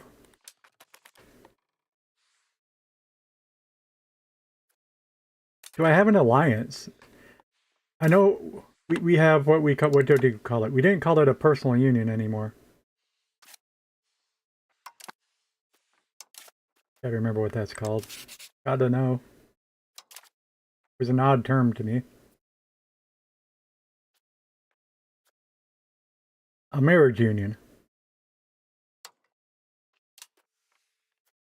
But does that where's the definition of marriage union? A special union created by royal marriage. Unlike a union, the marriage union cannot be centralized as more akin to a defensive league. Right? So that's part of what I'm talking about, thinking about. It says defensive. I want him to be an offensive ally.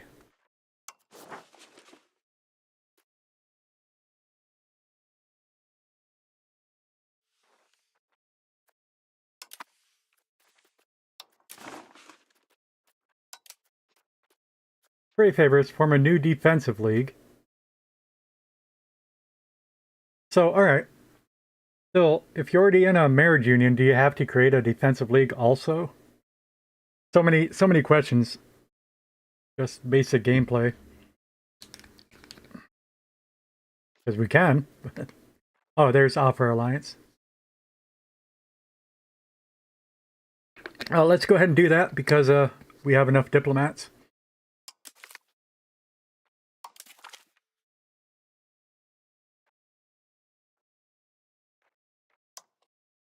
And this is my first time doing this in the game. Please bear with me as I read all the rules, but if you've been hanging out this long, you obviously know I'm not playing too quickly. And I never will be. So one thing about the game, like EU4, it took me about 70 hours to play through a game. But normal people might do it in 20 hours.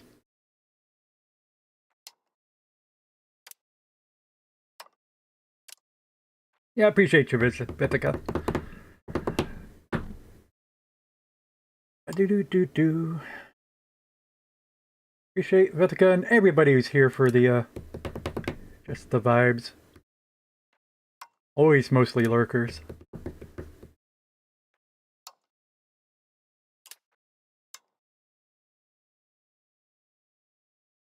Alright, so both countries will be called to each other's defense if attacked. Both countries can be called to join each other's declarations of war. Gives military access to both countries, of course. Gives fleet basing rights to both countries.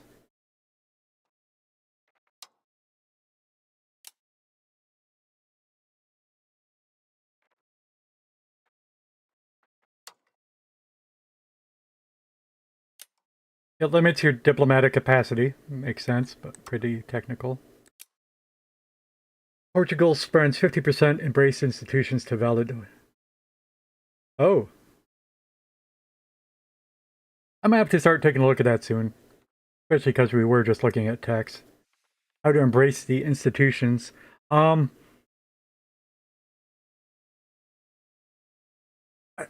don't think that was a default feature in EU4, but that institutions were implemented later?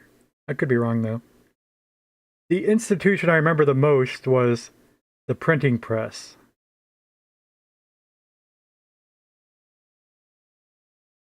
which obviously leads to widespread education, literacy, but less obviously that led to the Protestant Reformation.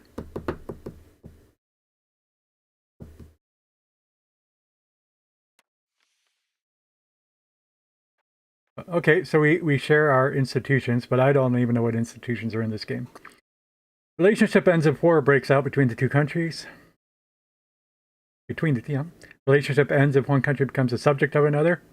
Okay, yes, we would like to make Portugal our subject. Disallow war declarations between two countries. Alright. It's cancelled if one country gets the annulled treaties peace deal imposed upon them. Cancel, yes. Like if we went to war with Morocco and Morocco won, they might be able to force us to no longer break our peace treaty between Spain and Portugal.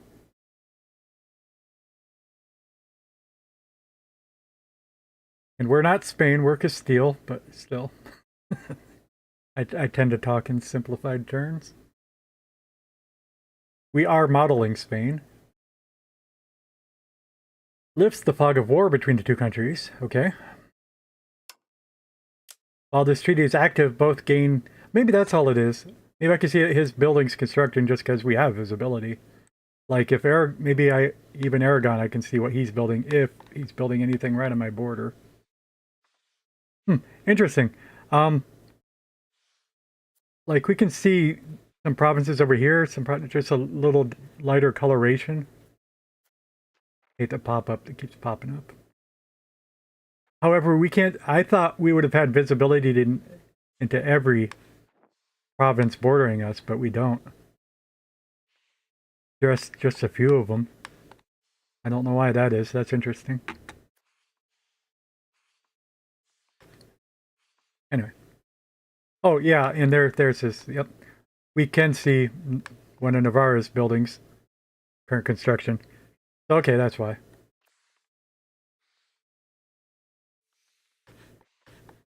We can see his constructions. Number one, because he might be bordering us. Number two, because we're in a personal union. We're in alliance now. But, okay. While the treaty is active, both gain 50 opinion of each other. While the treaty is active, both lose zero trust. This will rise to 20 at a rate of 0.5 yearly. Now, I sort of thought, as soon as it said that we both gain 50 opinion of each other, I sort of thought we might have a ticking, like every year that we're in alliance, that, you know, you gain a permanent +1. But no, as soon as it's canceled, we lose -50 at plus.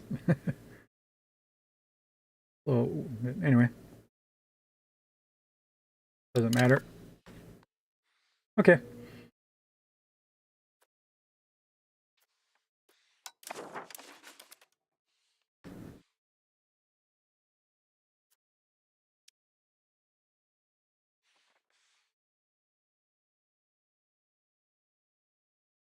And watching it'll be difficult to follow along as you never know when I'm paused or not, except the blue turns red.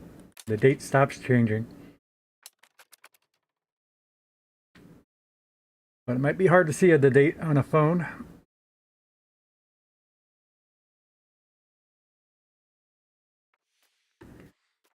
We have some kind of world news here, but mostly just distractions. We have researched expanded archives, I mean. Castile have centered... Oh, no, we have cemented an alliance with Portugal. Cemented. Not a word I would use usually. Other support on behalf of the Guelphs, the imperial rival of Bohemia. It usually has all kinds of meaningless world news. A little bit of a fluke that two of them happen to pertain to us. That's a faction of the Holy Roman Empire. There's two main factions. I don't even want to guess what they are. But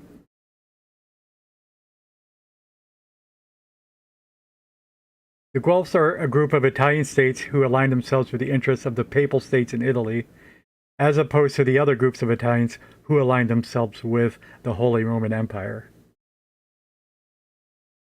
Happen to know that already. Just don't know the names, but...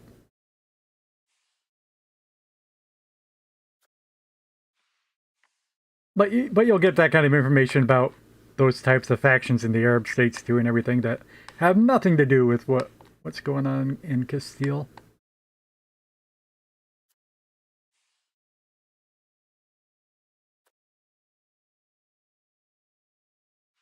We're getting rich again? Yeah, how's our buildings? Yeah, let me check. Decided to spend some money at least. Which, yeah. You know, I don't know about you, but I want an army.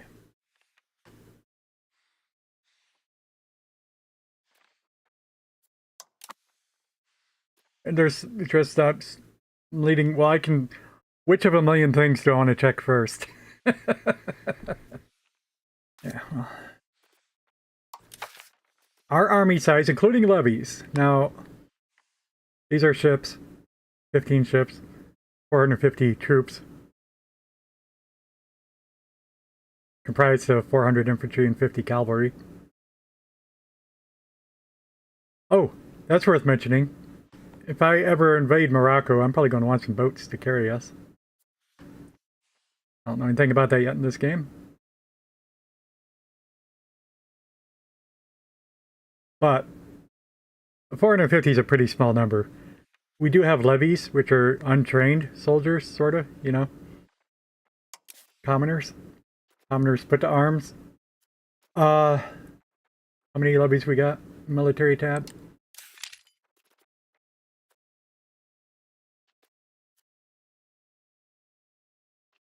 48,000. Now Morocco. That's the wrong one.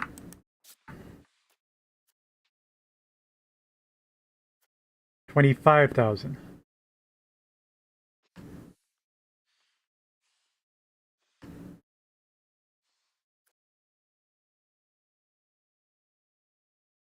$25,000 consisting of 250 trained troops, where we have 250.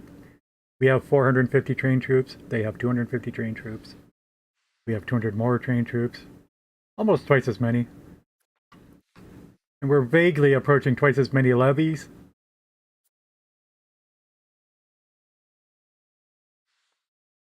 But I want to keep track of that number. And it doesn't show this exact same screen for your own country, which really perturbs me. I'm still getting used to it. But 25,000.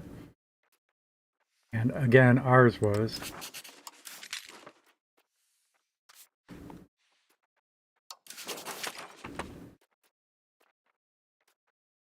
48,000. We're outnumbering them more than I thought. Morocco had been at war with Tlemcen. Maybe he got hurt more than I had thought. I thought we were a lot closer in troops, possible troop sizes. But yeah, we are over 60% bigger.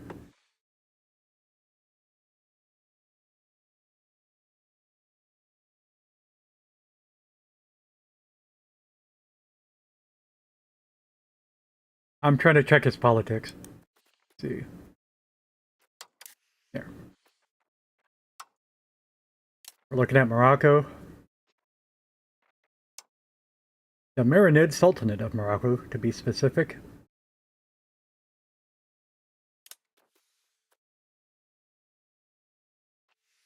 What's this?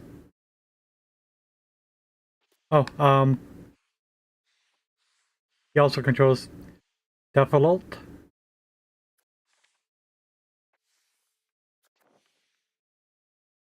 That is a fiefdom of Morocco, some type of vassal.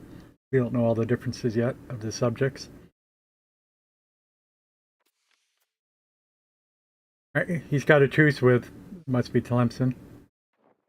Oh, Tunis. He doesn't have a. He doesn't have a truce with Tlemcen.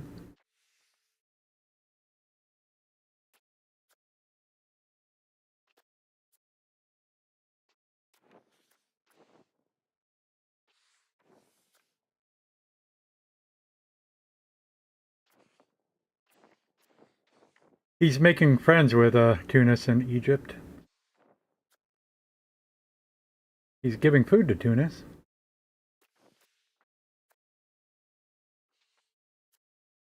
That doesn't matter. Anyway, I was just actually just confirming that he's not at war, and he's not. England is, if we want to get a reminder what the symbol is when you're at war. All right, big cross swords. England is in the first phase of the 100 Years' War. Kingdom of France versus the Kingdom of England. We can click on that and get some details. Those are perhaps more details than you wanted, but yeah. England has a lot of subjects, such as the one adjacent to us, Aquitaine. Aquitaine is a fiefdom of England in southern France.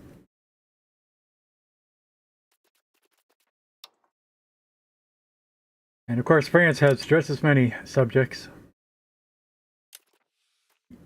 When you glance at the map, you can easily see that in France. There's a lot of broken up territories, but they're all shaded blue because they are all part of France, quote unquote. You don't really see that as clearly with England. That is a lot of people participating on England's behalf.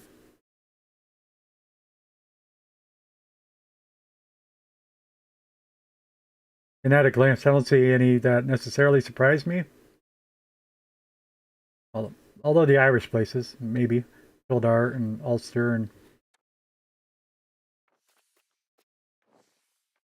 all the Pales over there. Ulster.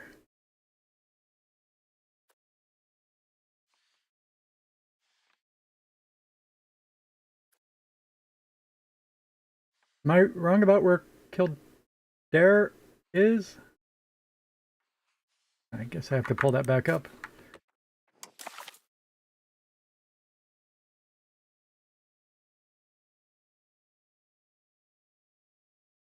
Sort by name. That's here somewhere. There it is. There it is. Yeah, okay. A little surprised it has that much Irish support.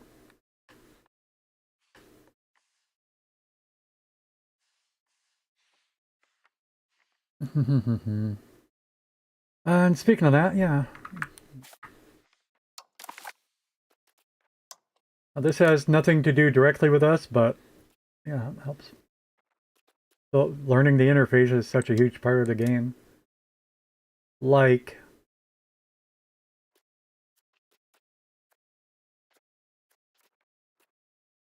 this game, I don't remember in EU4, but very importantly, this game does do subjects of subjects. There's many layers to the hierarchy of power. Hey, Mater Cowie. Sorry, I didn't see the message. A little concerned about why I didn't. Oh yeah, I didn't log in my bot here. That would have told me. Welcome to the stream. Snowing here. First snow in New York State. I'm in the rural part of New York. I'm nowhere near the city.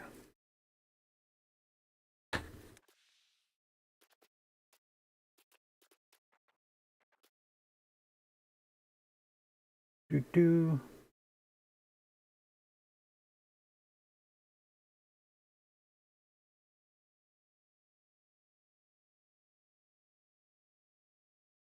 What am I doing? Yeah. So, what I'm saying is there are subjects of subjects. I mean, just for an instance, if this is England, we know they're being supported by some Irish states. If there was some coalition of Irish,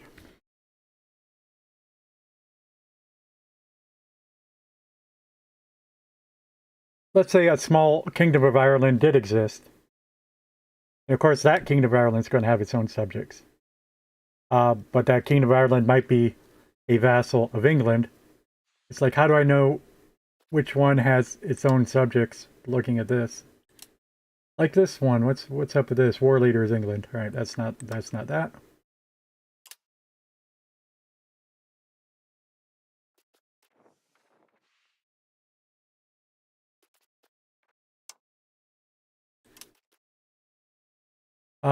But vaguely, military strength, 300 for Arundel.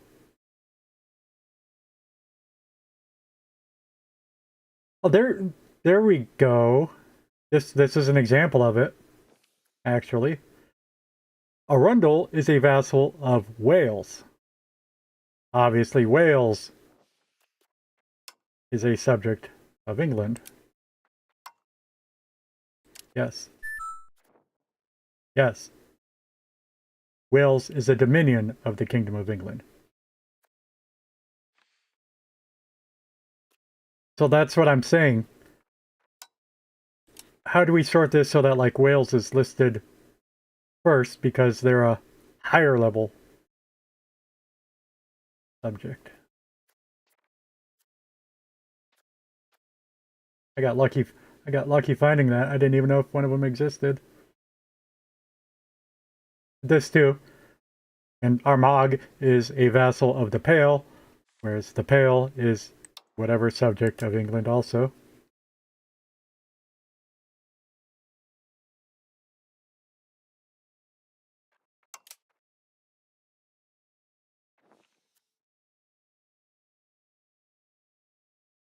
The Pale is also a dominion, is the word. Dominion of the Kingdom of England.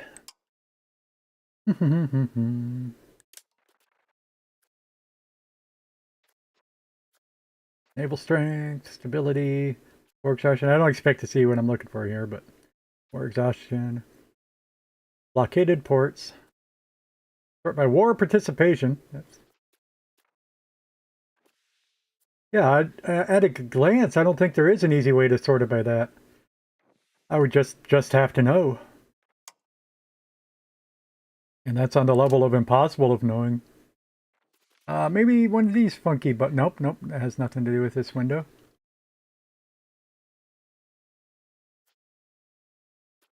Requests for features.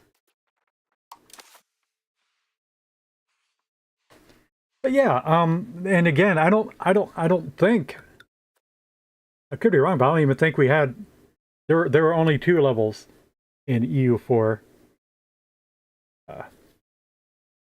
sovereigns and subjects. Like once you form the United Kingdom, you would have England, Scotland, Wales, North Ireland. And that's it.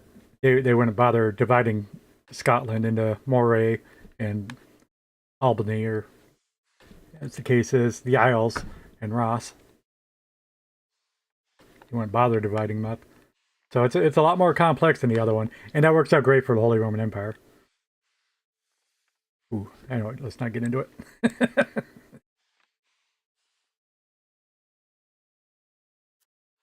That's one big matzo ball.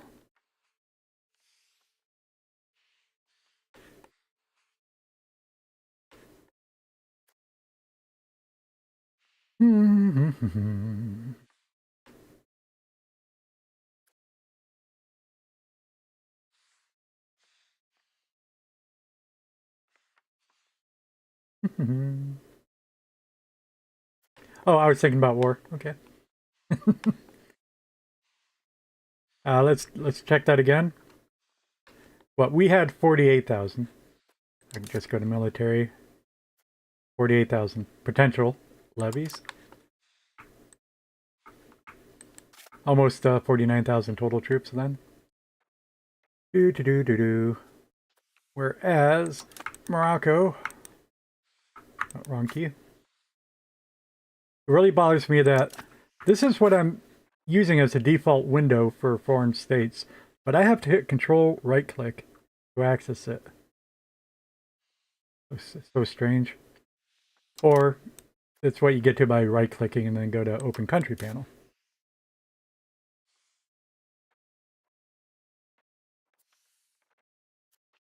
Anyway. And that was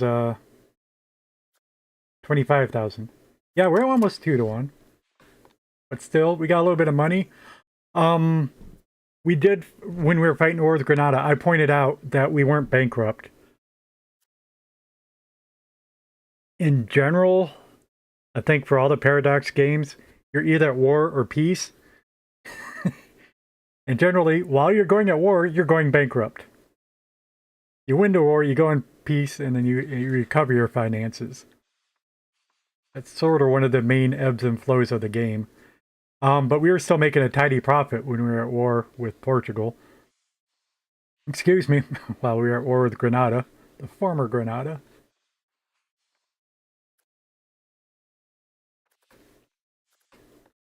So I expect not to go bankrupt when we're fighting in Morocco, and therefore I can afford to spend money.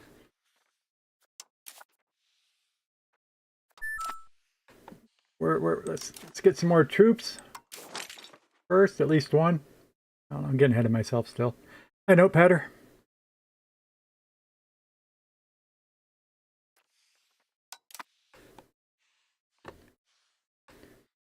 Welcome to the stream. I am playing very slowly, and that's going to continue for at least a week, right? We're all just here learning the game. I learned EU4 mostly by watching YouTube videos. And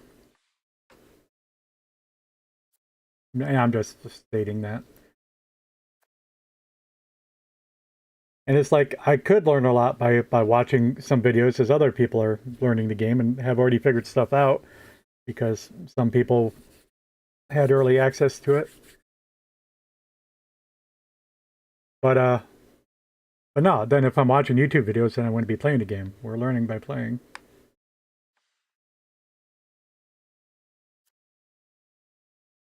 That's all I'm saying. Before I do that, I wanted to see what I think about boats. We haven't used boats yet.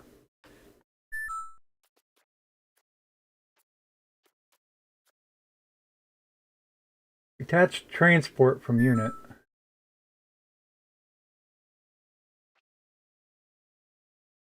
All right, we got transports, we got galleys.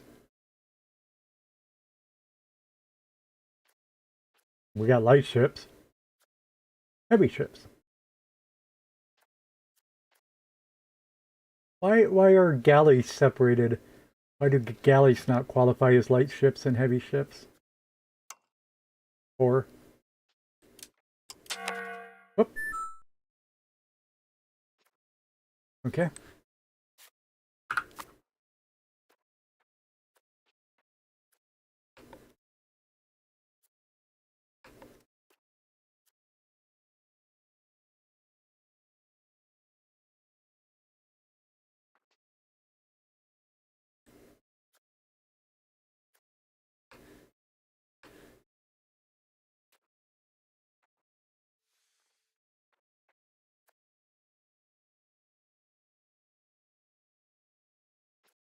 Oh,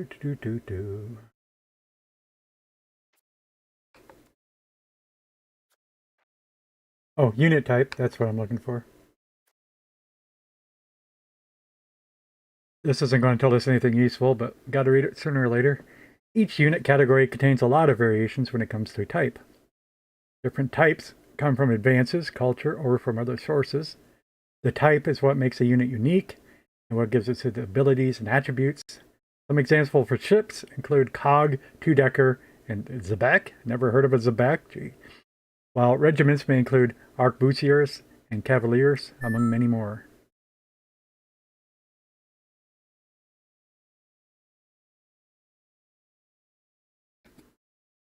Ah, don't feed the trolls. Ignoring is the only good course of action.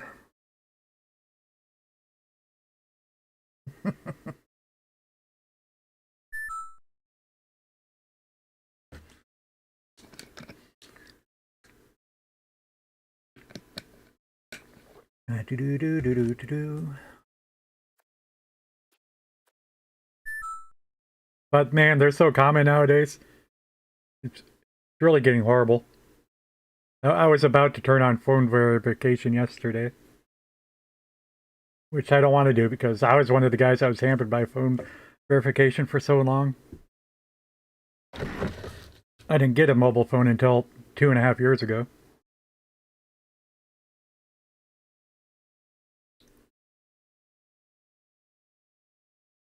Anyway.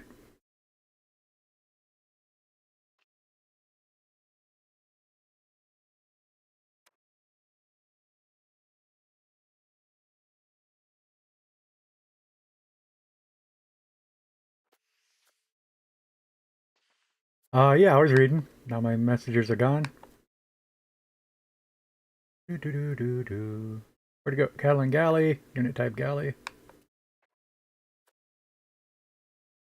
Let's say about a galley then.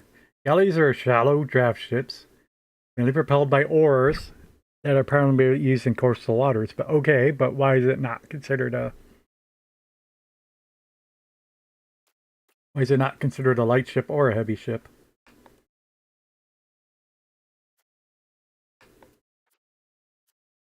Light ships are small and relatively cheap vessels with a shallow keel that focus on speed, agility, and ease of navigation. Now, what's really getting me is, so there's only 4 types. It's possible that maybe there is 5 or even 6 types. But will it pop up a new button? I don't think so. No, it's not going to pop up a new button because otherwise this button wouldn't exist. I think there's only four types in the game. I don't know why galleys are segregated from light ships or heavy ships. Heavy ships are larger vessels equipped with multiple masts and several decks, used to wage war and project power all over the world. Check this again.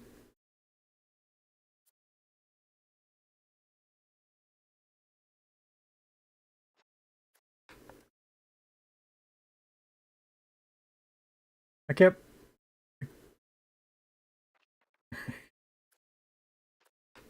find what I found earlier.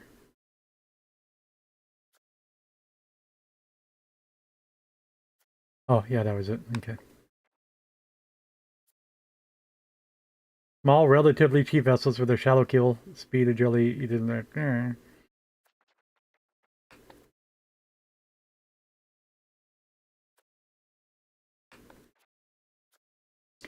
Galleys are shallow draft ships. Realize I don't know what a draft ship is. I didn't catch that word the first time. Mainly propelled by oars that are primarily used in coastal waters. Primarily. Yeah. Thinking maybe that'd be a reason to segregate it. Ones that have to stay on the shore and ones that can go into deep water. But don't know. Don't know for now. And of course, transports are different. We understand that. But we got 7 transports, right? What's a transport do for us?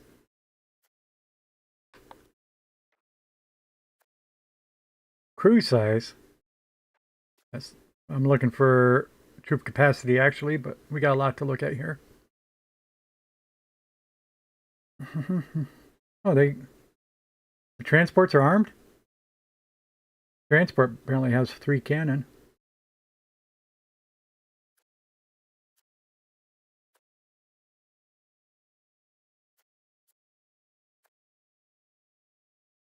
Combat abilities.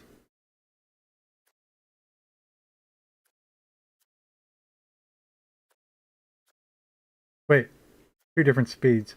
Combat speed and movement speed. Huh. Okay, let's say the movement speed is your regular movement on the map speed. Then combat speed will play out like something like initiative. Initiative once you're resolving a battle. What I imagine it is. And I lost everything we were looking at. Oh yeah, transports. Cogs. Do. Yeah. This must be it. Nothing's popping up though. Oh, transport capacity. Funny, nothing pops up when I hover over this. Okay. That's what we were looking for, actually. 250 per. So we currently have a transport capacity of 350.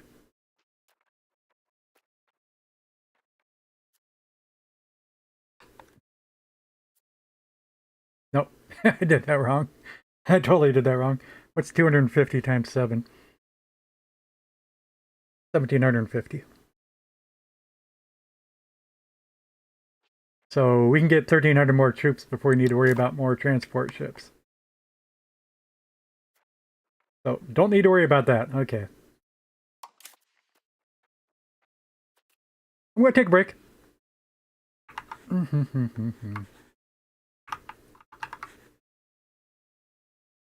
Be back within 5 minutes. Probably just more like 3.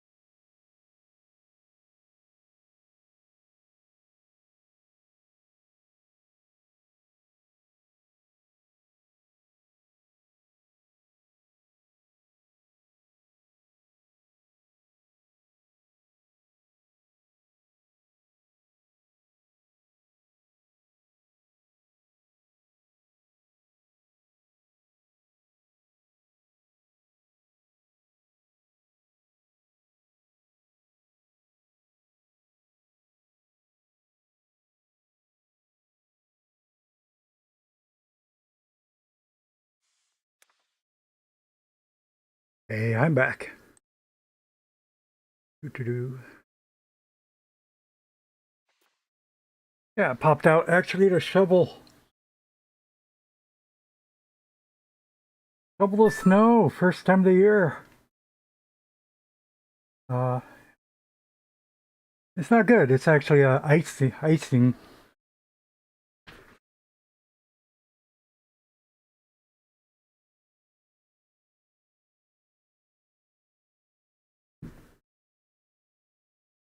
There's going to be traffic accidents.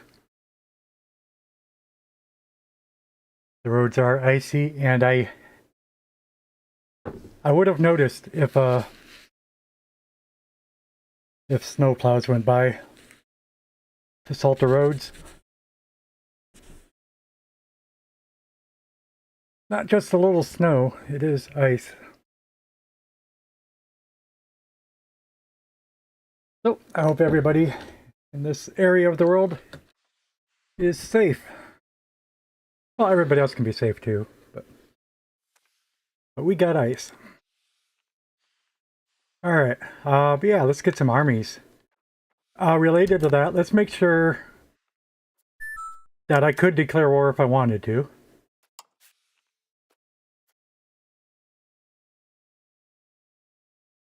Yeah, I think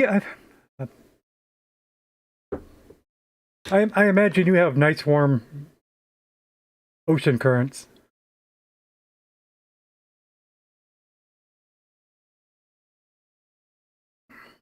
I don't really know, but it's like the west coast of America never has snow until you get like 50 miles inland. The ocean keeps it warm.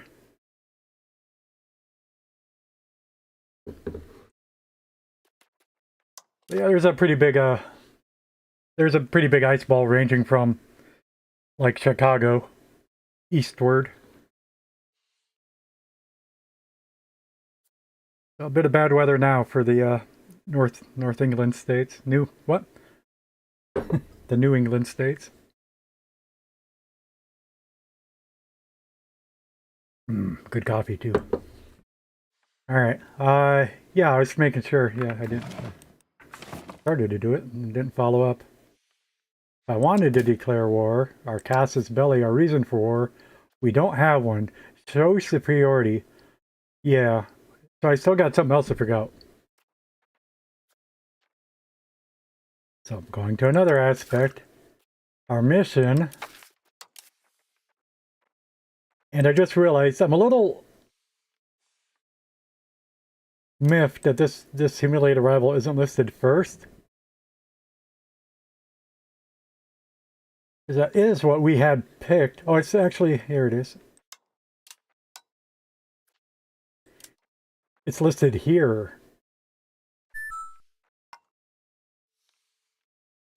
And then these are the other ones we can take. Just weird, but now that I see it there. I thought this was listed first. Like, that's not what we picked. We picked simulate arrival, but okay.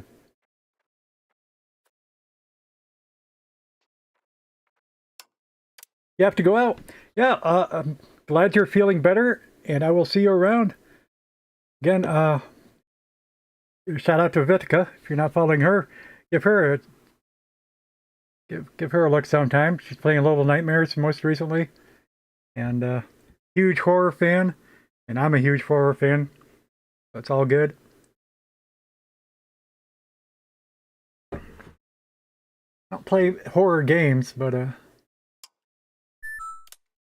I grew up on horror movies. Huge respect. The good horror movies. I hate these new horror movies. Let's not get into that.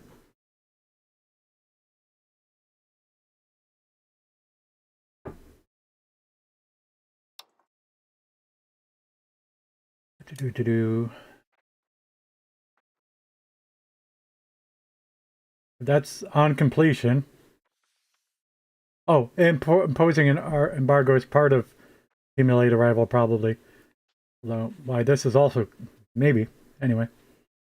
Yes, let's embargo Morocco if I'm already not. If I am, why is it not marked off? Alright, I don't think I am. Seems like a hostile action.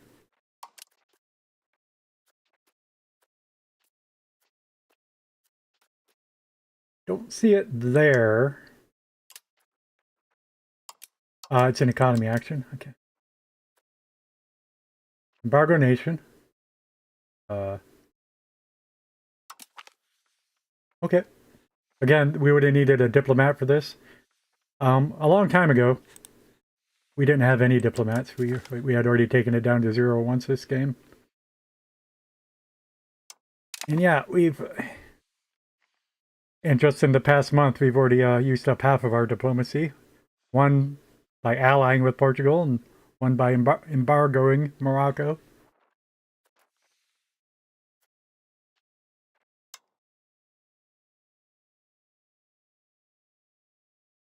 Okay, so did that. Now, that might not update until the 1st of the month, but... well, let's take a look at this. Country panel.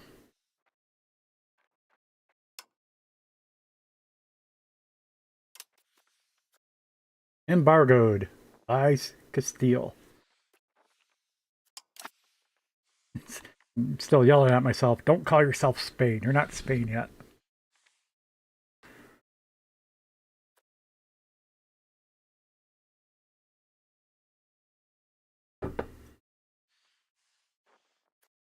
Oh, yeah, and related to that, yeah. I got a delivery coming. I'm going to go turn on the porch light. It's still dark out.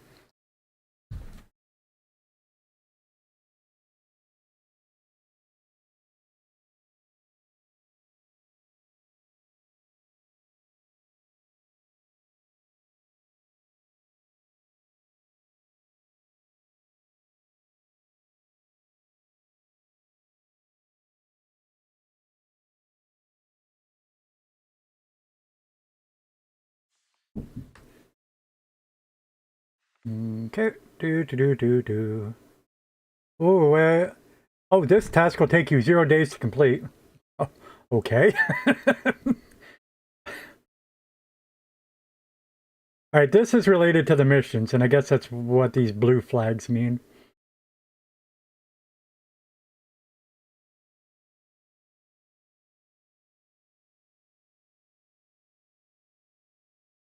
Check mark. Our merchants gain 30% trade advantage. And Burgos for 5 years.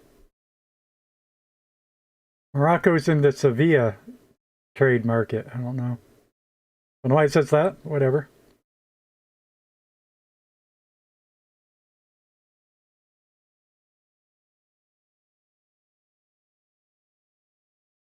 Wait, start the task. Okay. Fulfilled and rewarded. Okay. Alright. Okay. Checked it off the list. And yeah, it is weird to have a category. It's a category of missions, humiliate arrival. It's called humiliate arrival.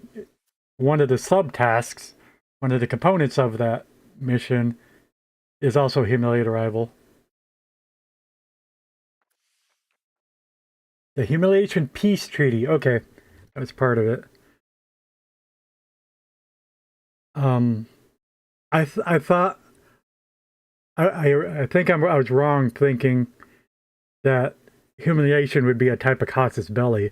It's rather one of the options of a peace treaty. And it makes me wish I should have checked closer at what the possible conclusions of this war was. What was the available types of peace treaty? Oh, it says here. Good. It usually doesn't give these details. It usually gives a description without any specifics, but it does tell us the types of peace deal available.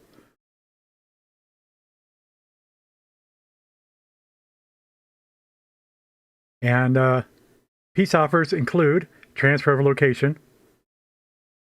Just to say transfer of ownership. A tribute in ducats. or even some special treaties like abandon colonial claim, take over the market, or humiliation. And tell us how to get humiliation. Through war and forceful means, we'll assert our dominance against our rivals. But that's just a colloquial, because it's italicized, you can tell it's just a colloquial description. It's not a description of game mechanics.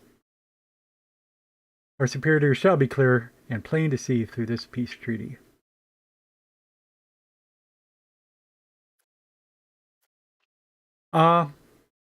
So the types of peace treaties should be something covered in the wiki.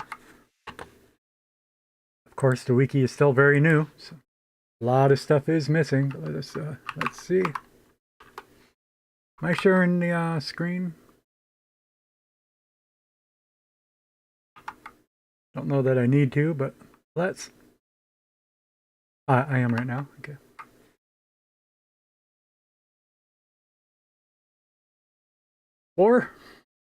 Warfare.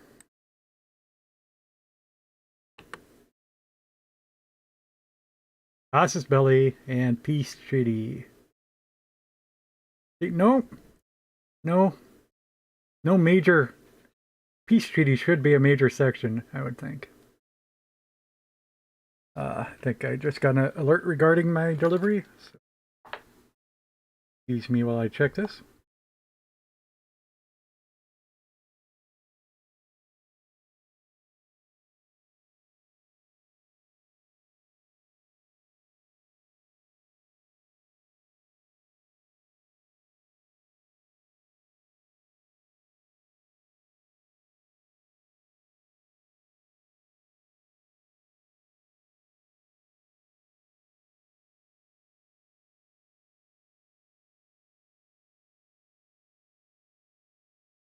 Okay.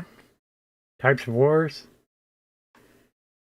Civil wars, country wars. Casus Belli. Treaties. There's something.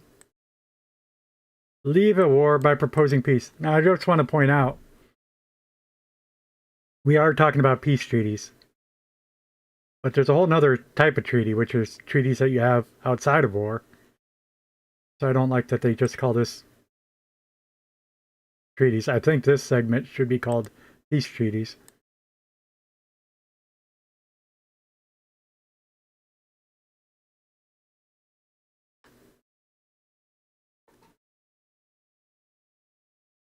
I should be reading all of this. I do reading out loud, of course, is about twice as slow as internally, and also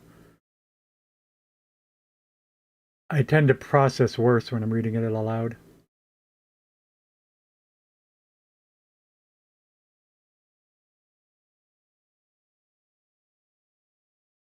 But I did notice this. Demands also require the war score to be at least 10 towards the country making the demand.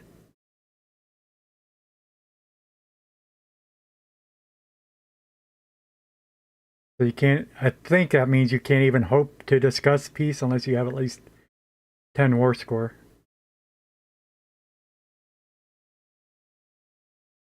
Which is notable because if you wanted to just call it a draw, say the war score was at 0 for both of you, it's like maybe you're not even allowed to do that. It has to be at least 10 towards one of you. It's curious. I don't know. I'm excited to play this game, but I'm not excited to learn it. It's all good. I don't mind saying, I mean, better. I don't need to prefix everything I say. It took me 400 hours to learn the basics of EU4. And not much of that's carrying over to EU5. There are so many new features in EU5. We got a lot of learning to do.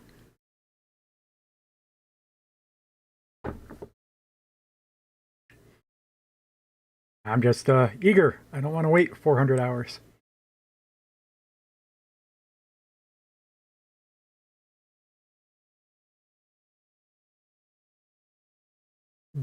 After the war had dragged on for a year, countries that are not the war leader can propose peace with the enemy war leader for themselves. Other countries can peace out after a year. Okay. And completely reasonable and understandable. It's always going to be different for war leaders than supporting troops, supporting nations. Yeah. Well, yeah, but I wanted more about peace treaties. Thank you. Is that it for peace treaties? It might be. Yeah, like I said, it's a brand new wiki. There's literally no mention of types of peace treaties. The tooltip gave us more information.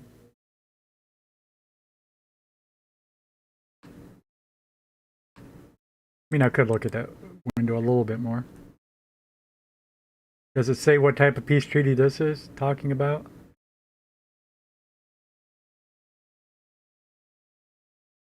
No.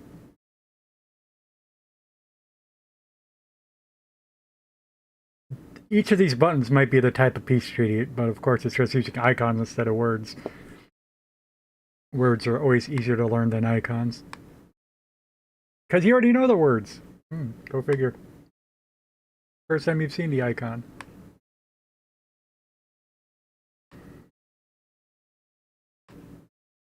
Well, types of wars, casus belli. Also, you'd expect to look at casus belli and see 10, 20, 30 different types of casus bellis. But instead we see almost nothing. Alright, yep, just nothing on the wiki. We're not surprised, but sooner or later, these basics will get filled in. Well,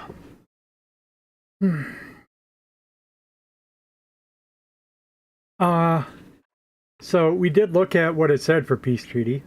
Again, abandon colonial claim, take over a market center, humiliation, besides the regular transfer ownership of locations, tributes, and ducats.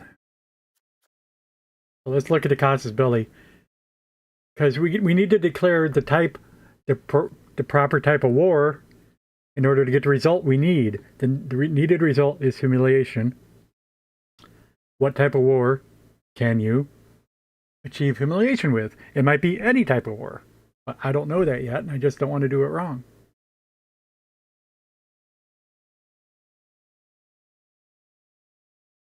And we're not doing it immediately. If we were doing it immediately, I would not mind saving and reloading.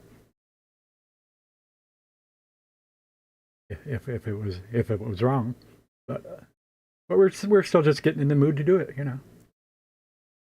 Go to diplomacy. Current leaderships. No, I'm looking for the casus belli. Hover over. Thank you. Yep, that failed to lock it.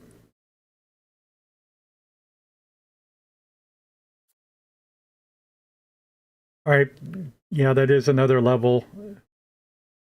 The casus belli detects the war goal, and both of which may influence types of peace available.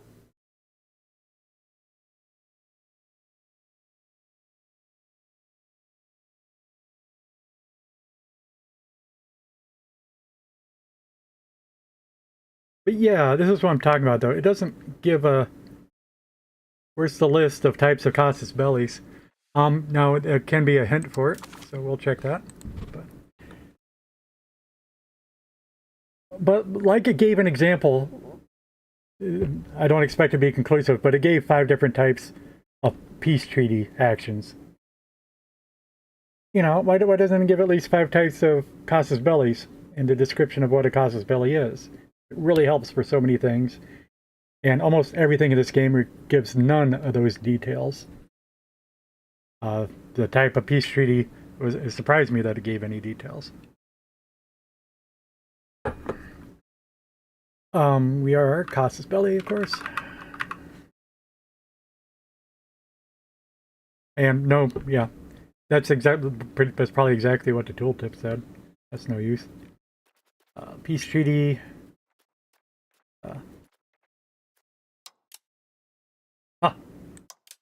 That's funny. We searched for casus belli. it did not give the same results as clicking on this, which is ridiculous. Here's some details. No Casus Belli is the only thing available to us at the moment. We need to fix that. War from event. Subject broke free. Insulted us. Supported rebels. Declined call to arms. You can go to war to somebody because they didn't join yours when they were supposed to for breaking a peace treaty. Declined. Wow. Nice. Denied military access. Oh, so I. Can I pick a fight just by asking Morocco for military access? No. Well, thank you. Now I'll declare war. I got the access now. Following through on threat. Destroy buildings. Trade war. Trade war. Border feud. Yeah, border feud. That applies. Religious conformance. Although border feud might only give you the adjacent provinces, adjacent locations, but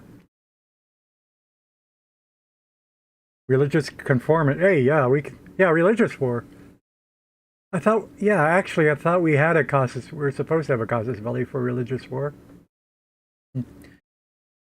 Annex, maritime dominance. There's a lot. Wow, there's a lot.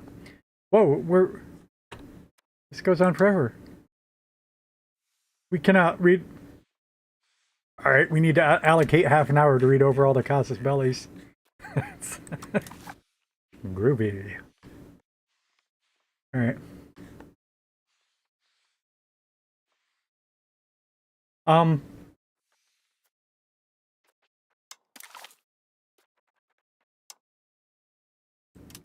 Again, no mention of peace though. Isn't that weird? We search for casus belli.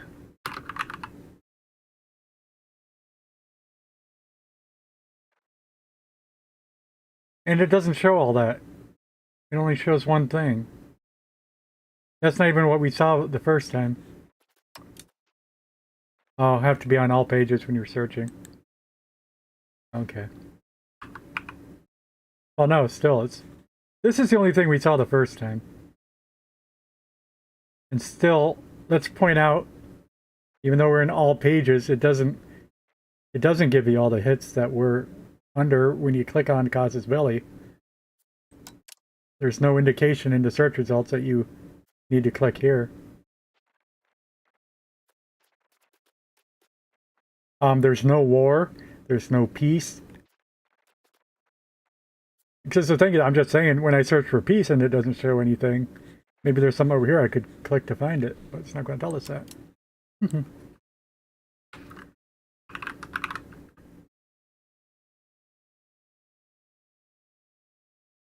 Can't click on that.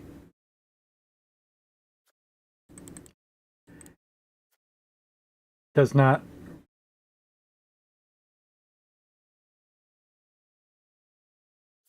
Just saying, it doesn't link to anything.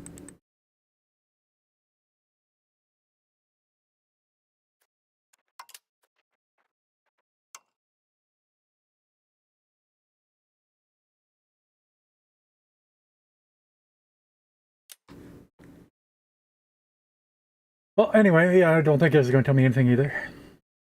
I did see institutions though, so I want to. Oh, clear the search box. How do you clear the search box? Weird.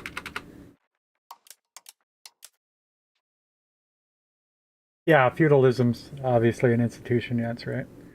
Legalism, meritocracy, Renaissance, banking, professional armies, New World, printing press, pike and shot, confessionalism, global trade, artillery manufacturing, scientific revolution, military revolution, enlightenment, industrialization, leviamas.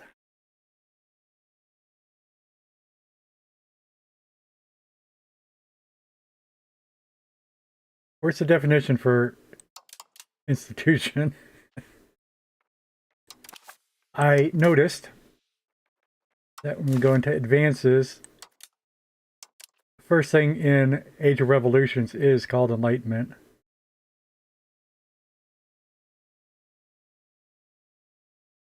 Is this the Enlightenment institution? Or is the Enlightenment advance different than the institution?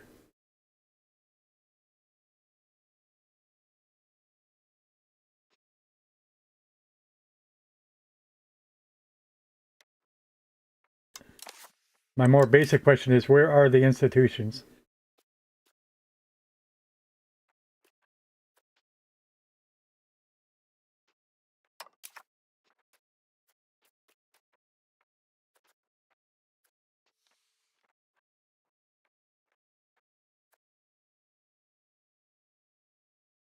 Uh, just realized.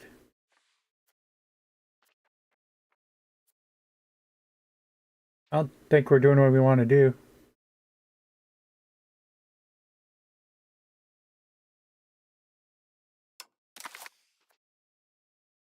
Yeah, I hate clicking on that. Doesn't take you to the relevant part of the...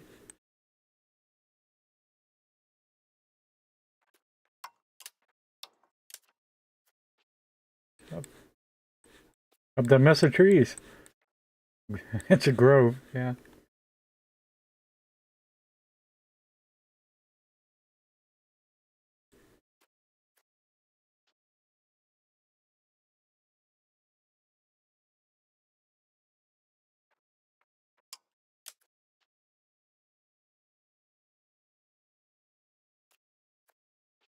Um,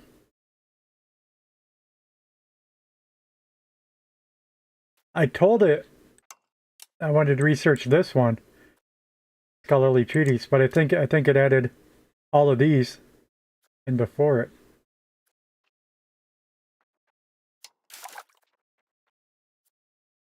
No, it's researching scholarly treatise. It's just I'm wondering why these are in the list. Oh, those are possible choices. Okay, I thought it was a queue or something. All right, it's not.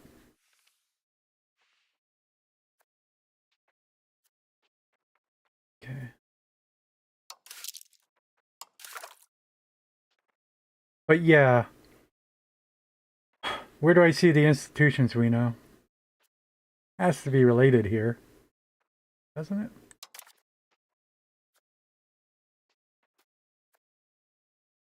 Well, I can hover over it.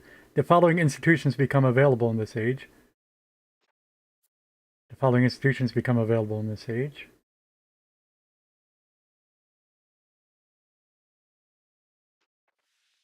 There might be a map mode for institutions.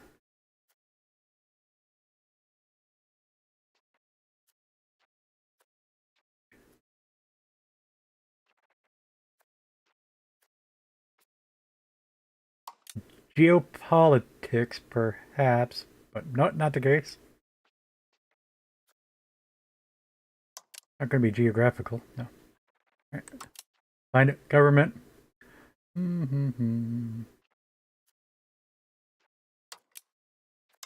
Curious, because this will show us other nations. Oh yeah.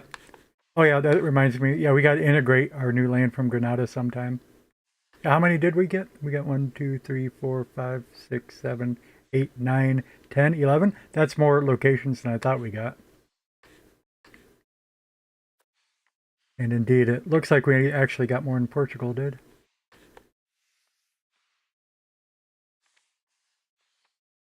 Oh, what was I doing? Institutions? Well, this reminds me, we should look at that, but let's not get too distracted.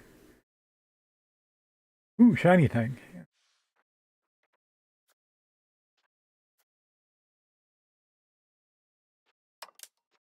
I don't think it's economy.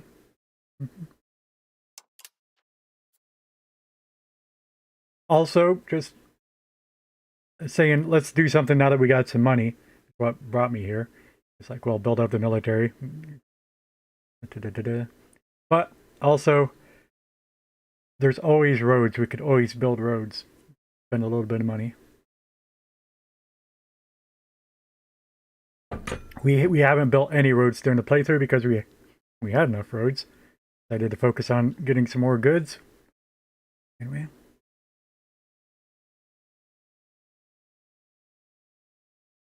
But all my other starts, we at least built one road as per the tutorial, really. Yeah, it just seemed like a good idea. Sort of always be building at least one road. Why not? Eventually you'll be done.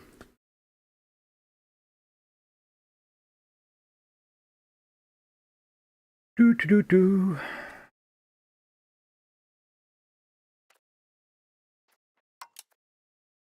Cultures, languages, religions, institutions. All right, so that's under the what? It's a demographic. Oh, I don't buy it being a demographic, but okay, okay. The institutions don't have anything to do with the people, so it's not a demographic. That's where they put it.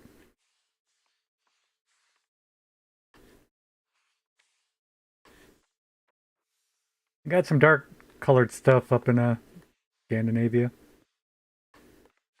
Northern Eastern Europe.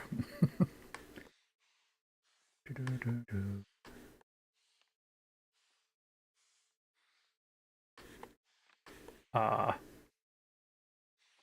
Hovering over doesn't tell us a dang thing. Legend key.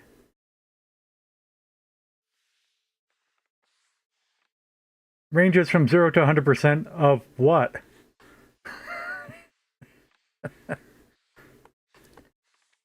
And are we bright green or are we dark green?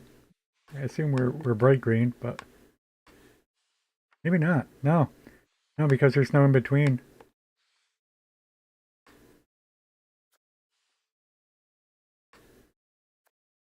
It goes right from yellow to this shade of green. Apparently for the whole world.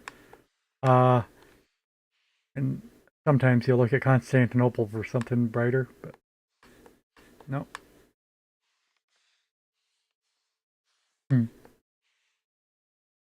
A Byzantium?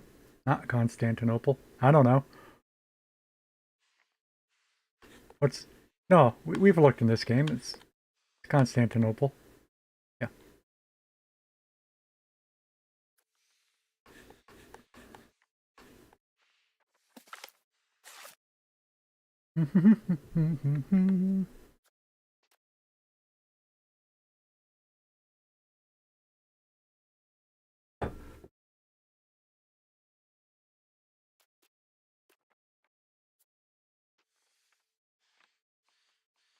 Anyway, not telling me nothing. Alright, we looked. It's fine. Back towards spending money. And always build one road? I mean, that does seem like a perfectly fine approach, right? Economy.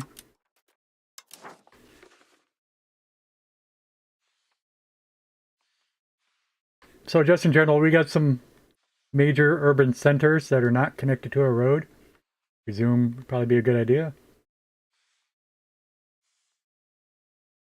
I can remember ones that are building important stuff. We got a silver mine up here. Oh, we had another silver mine somewhere. I don't remember where that is. There's roads up here.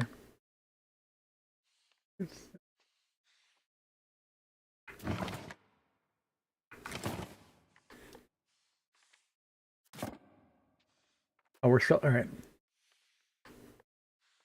We're under road map mode. I was worried about clicking on something and it changing the map mode.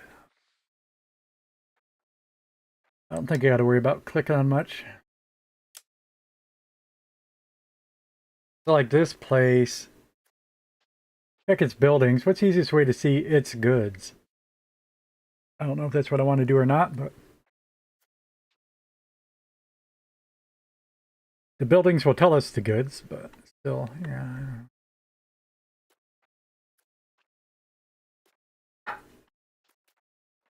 Probably best is to like look at these pictures. It's so many different icons to learn.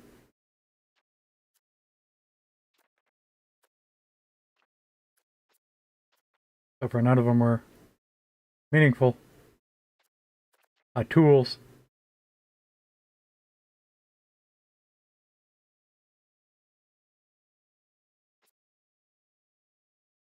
For instance, since we stopped Our fishery used to require ivory, but we switched to work mode. Instead of ivory, it requires tools. This place produces tools. Pottery, weaponsmith, spinners, cloth spinning that is. Paper maker, brewery. Yeah, I mean, seems like some place that might want to be connected by a road sometime.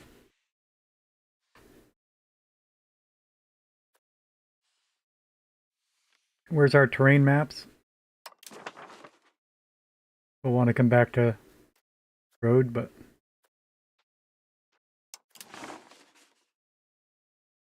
this isn't exactly the terrain map. This is a tactical map, but it's sort of the same purpose. This happens to be the one that's already on the hotbar. Whereas topography is probably what you were expecting to see.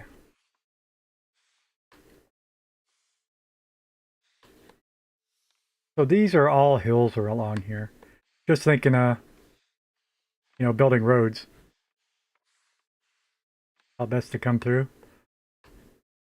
So it's like if we went through the plains, here or here, and then up north here, and then we could work our way down the coast. Back to the roads.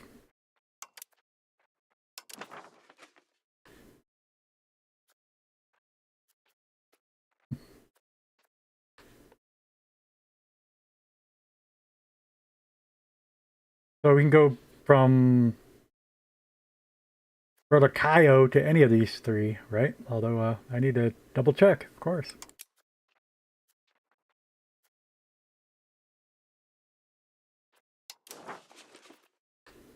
Yeah.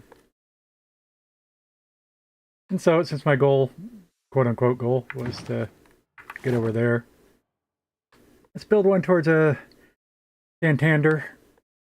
With the idea maybe we'll connect Santander to whatever this place is called.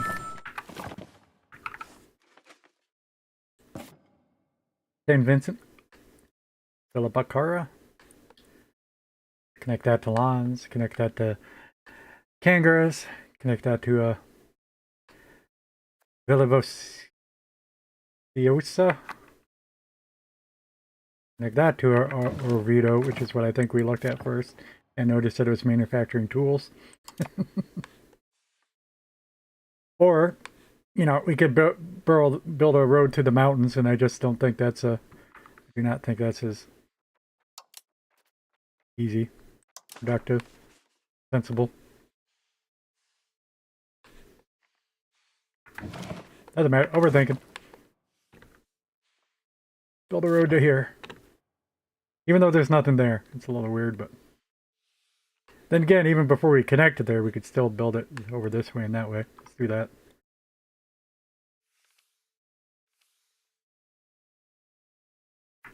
Is there a fishing village here too, though? Probably. Maybe not, though.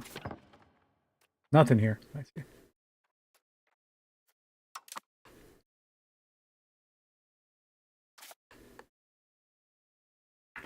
And there's probably other places building tools. Yeah, where's that? Production tools, production goods. Or these production map modes? Development, location ranks, towns and cities. Raw materials, right? But I want produced materials, food. Yeah. Where we're producing iron might be where we're producing tools.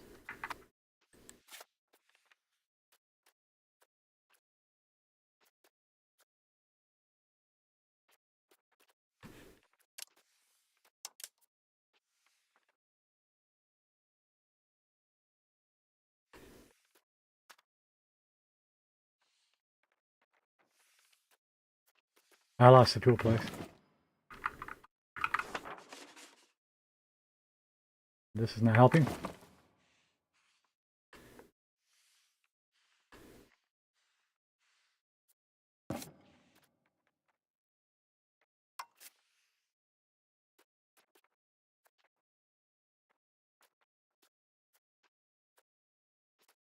There's not an icon on here? It says what it's... I'm looking for a tool icon. I want to click on a tool. Not here. There it is. That's what we want to click on. But what are we doing? Need copper and tin. Oh, so just as a mention, I said I'm avoiding playing outside of Europe until the game's been out for a little while longer. Until we get several patches. There's a mention that there's no tin in North America at all. Without tin, you can't make tools. So I expect that's an oversight and it'll be fixed soon. But you're saying take that to heart.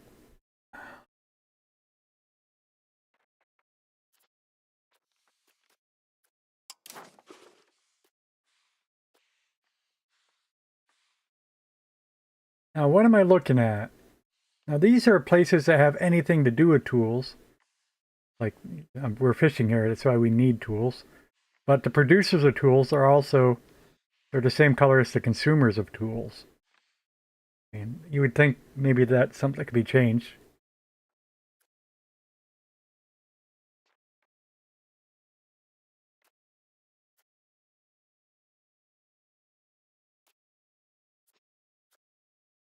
So this is a list of things that requires tools, I guess. Although again, maybe it's things that produce tools also. I forgot what a tool maker is called. Got stone tool makers. Yeah, some of these are tool makers. I wouldn't think that stone tool makers require our metal tools. I think this is both producers and consumers. Although, yeah, it's actually not even consumers. These are only producers of tools. So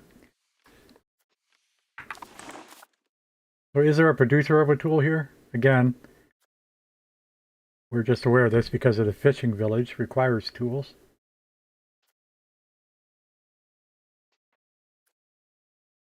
We expect it to be laborers, but charcoal kiln. This is a wood producer, lumber mill. Okay, this is a tar producer. All right. So right. The map.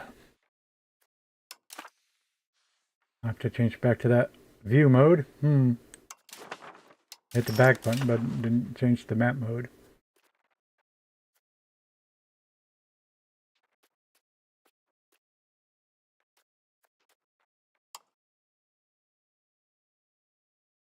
These are tools, I think. Okay.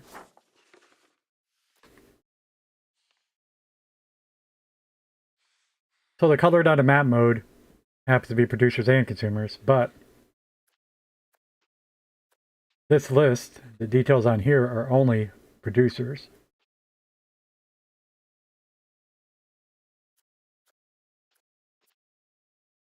And none of this is clickable here.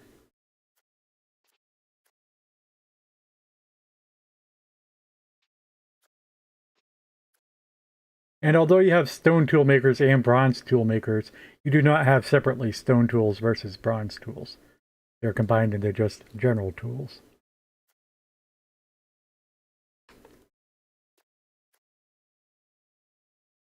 Which is the page that we're looking at.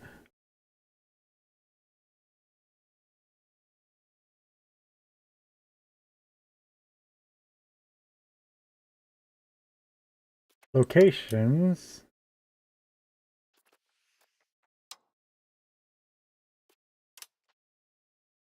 Output.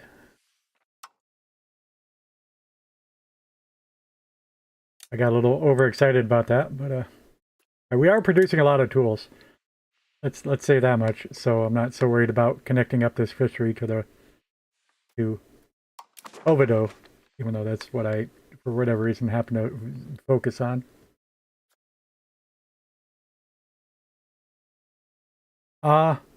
Let's put a road between Bilbao and Victoria. I think this one was also very certain. Plains or grassland, or it's not in hills anyway. We could do a road Bilbao, uh, Vitoria, Via Cayo to Burgos.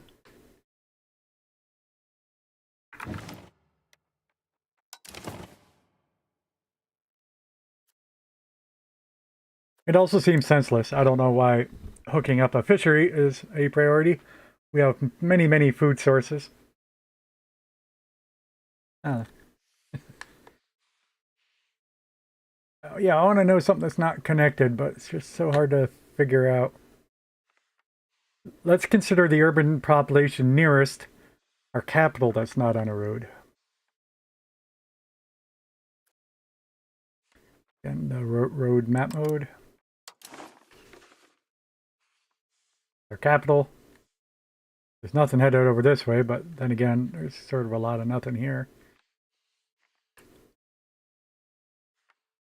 Places like Avia are just one spot off, or Villa Pando.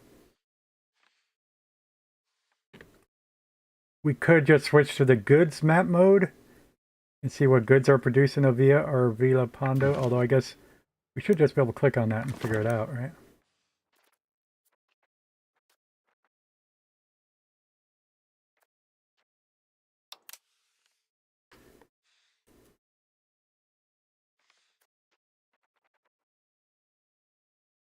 That's weird. When you click on a foreign nation, it says take to info panel. We don't have that for this.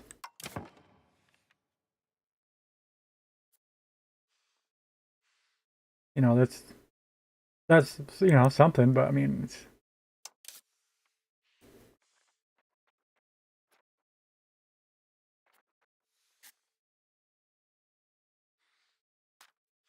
whatever pops up here depends upon what was previously selected, I think.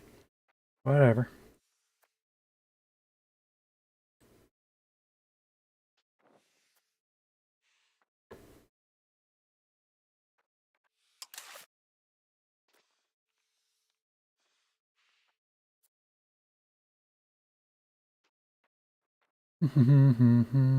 What I am looking for is, yeah, here, fiber crops. Really, it surprises me. I don't remember that being so close to home. Wheat, yeah. Wheat. Wool, wine, legume. I remember wine. So yeah, that's accurate. Just a little surprised we had fiber crops here. Um, so fiber crops or wheat. Let's hook up the fiber crops because we are interested. The industry we're starting with is fancy clothes. It's not what it's called, but fancy cloth. Yeah, I'd like to use this. It's what we're talking about. What's it called? It's so funny. It doesn't tell us anywhere on this screen right now what that product is called. You're way overusing icons. Give us words.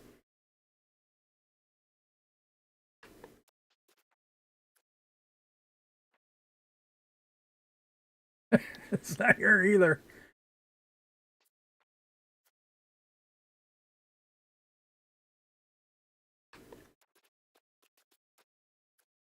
Fine cloth. That's what it's called. How far in did we have to go to find out that this purple icon's called fine cloth? Nothing pops up on the tooltip here. Again, that's where we were. What about the one below it?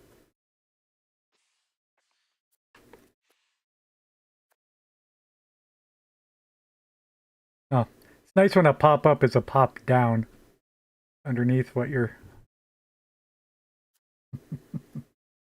Crazy. I know it's fine cloth. That's what we're focusing on for our first industry. Hook up a via. So it's like something like click on that. There should be a road builder. Yeah.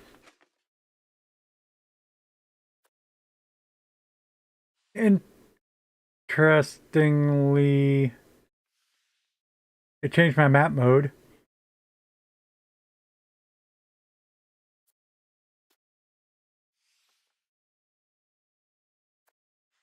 You can see that there are roads here. But why? Here's my capital. Why is this? What are these different colors?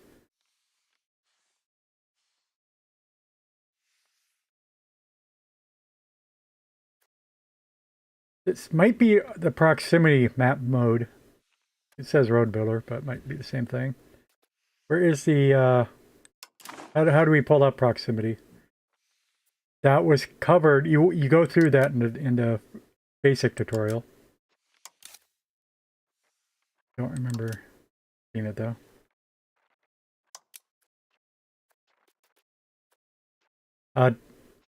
Development, prosperity, proximity to capital. Right, that's not the same map mode. But building a road decreases proximity. Or, well, since we're going green is good, should I be saying it increases proximity? Where I said it decreases proximity. It decreases distance, effective distance. Increases proximity. Okay.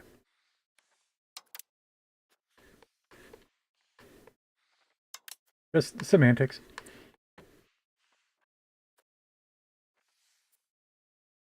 But so yeah, that's not the same thing.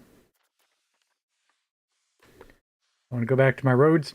I didn't expect it to change to map mode.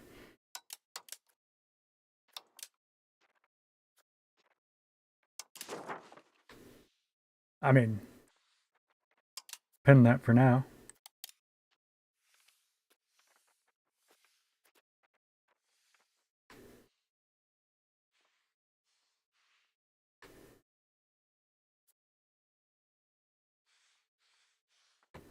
Yeah, so we click on the road builder. We don't know what the colors in the road builder mean. That's weird too. It's a chance our encyclopedia will tell us.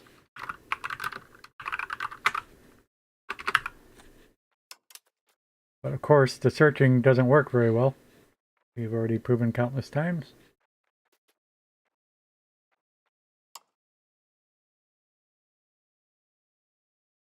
And we search for road builder, and there's no mention of road builder in any of this.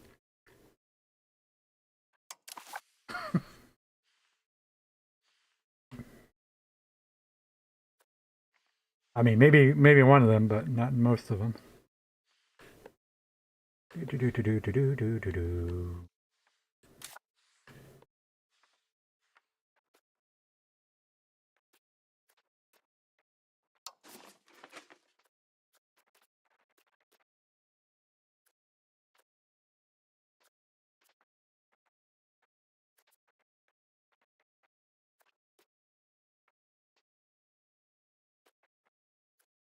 Oh, we got buttons here. Might be able to click. Proximity, travel time, cost, time. None of them are changing to map mode though.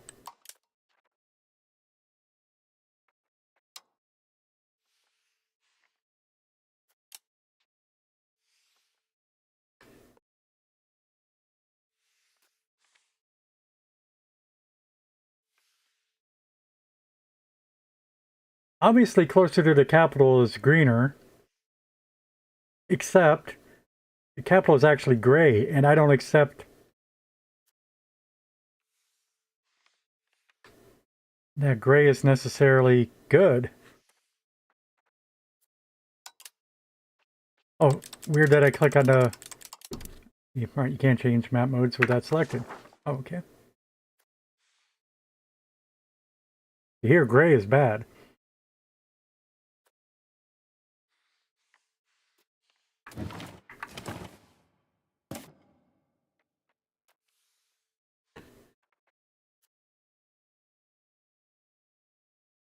That's weird. Oh, look at that. Only going to be when I mouse over it. We don't have a direct route to the capital?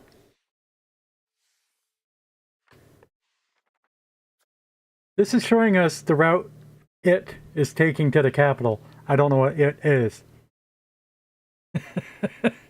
But it's not using the shortest route.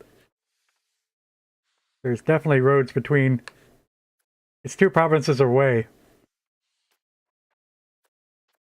But if you take the road, it's going to be 20 provinces. What is it? Again, I don't even know what it's supposed to be showing though, but that's just hilarious in some really bad regard.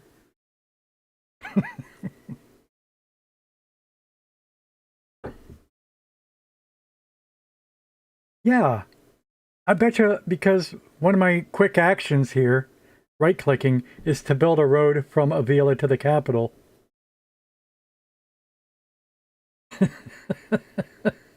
And I bet you that's what it's showing us.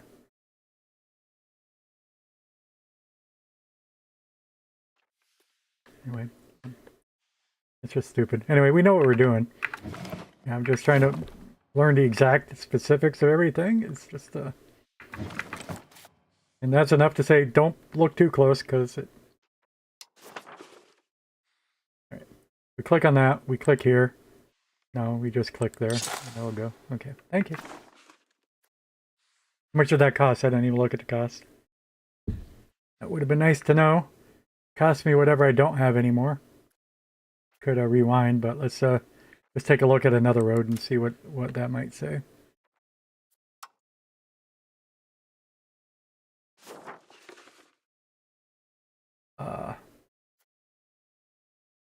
All different prices. That's a lot.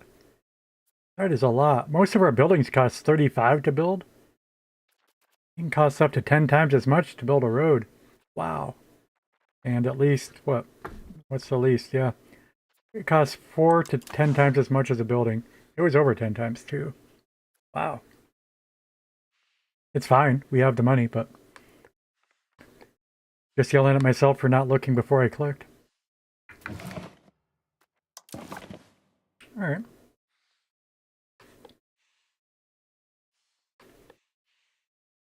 I want troops.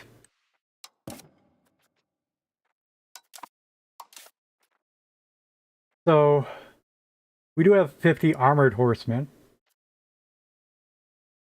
100 Crusader Knights, and 200 footmen.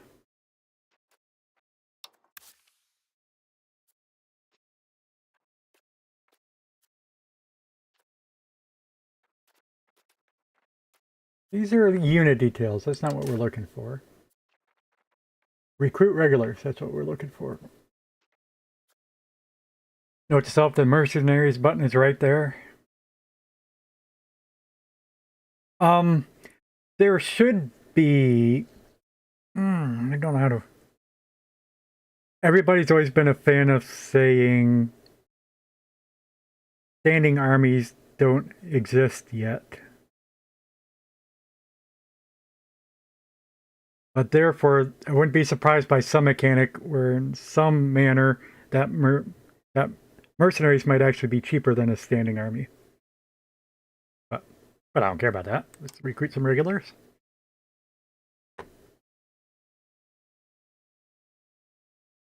Crusader Knights, Footmen, Archers. Did we have any archers? I think we did not, and that's an oversight. Okay, yeah, definitely get some archers. We only have one choice of archers. Sort of don't care where you build them, but prices are different. We got 2 cheaper places. Wait, I can't click on anything. Additional, normal, rushed? The soldiers and regiments will have more experience at the cost of longer training. Recruiting time plus 50%. That's interesting. Let's do that. They get more experience. Nice. We're not at war yet. It's only 50% longer. I think I'm often going to click recruit additional archers. So it's weird to call it additional when we don't have any. But yeah, why can't I build any? Why isn't the game telling me why I can't build any? We cannot afford 135. Cannot afford 100 manpower. We don't have any manpower. Okay. That's legit. It's a big surprise. We can store up to 5 years of manpower, but we're currently changing -2 due to army maintenance. Wow. Okay. That valid delayed here? It is. And I was thinking let's increase our manpower and our capital, but the capital not supposed to be our primary source of troop fodder. But still, good starting point. Let's see if we can build a building that increases military.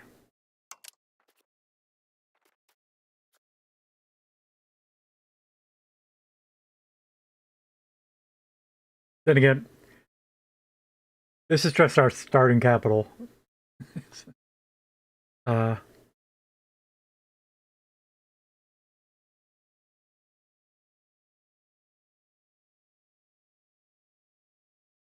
do believe at some point the capital had been at oh, I got a check message.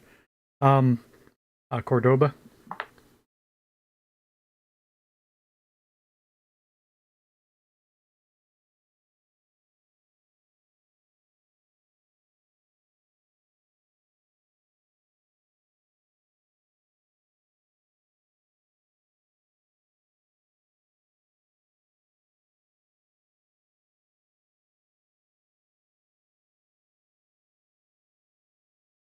Okay.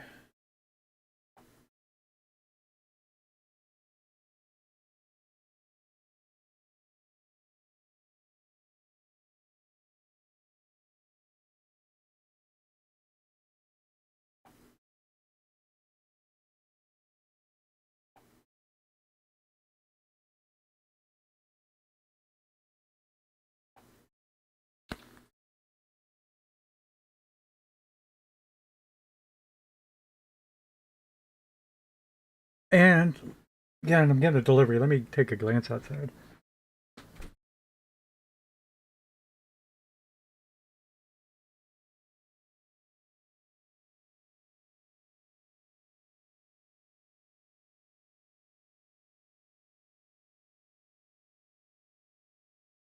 It's okay. Sorry, right here's a sergeantry. We got Royal Atarazanas of Sevilla. It sounds cool. Click on that. No. the Royal Atazar Zanas Atarzanas.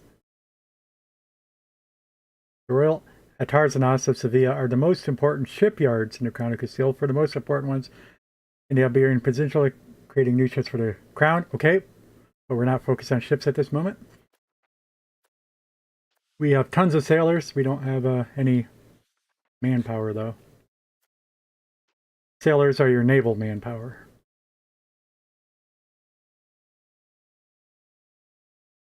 So I guess manpower is your land-based sailors. What? Oh, okay.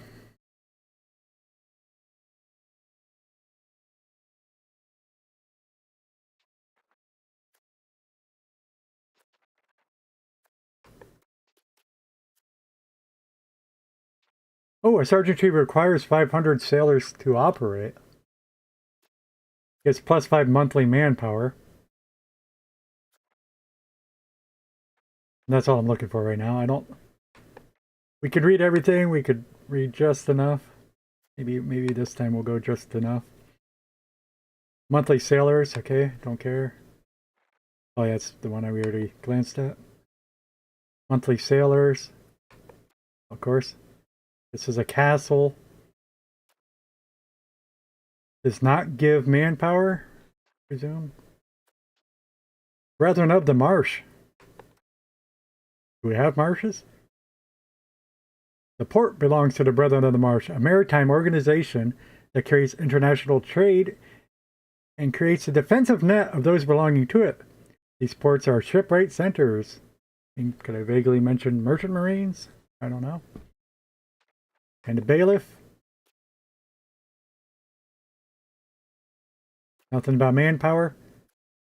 So all we can do is build the sergeantry. Cannot build any building of this type. What? Cannot build any building of this type. But there's no red X's. Why can't I? What are you talking about? I don't believe you. I'm going to click it. Okay. There are no locations available for that type of building. In our capital, we already have a castle and a sergeantry. Okay, we already got a sergeantry. Can we upgrade a sergeantry? Building level 1 of 1.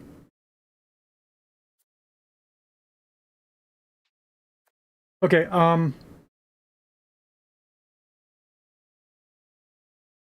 we're out of manpower, and let's just say we're losing manpower.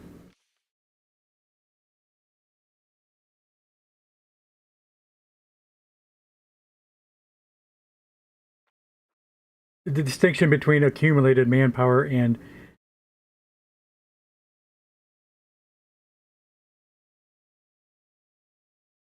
the difference between savings and income. We have not enough income of manpower. The only way I know of to get it is to build sergeantries, and we're not allowed to build any sergeantries. Therefore, how do I get more manpower? And I think that is something we search for.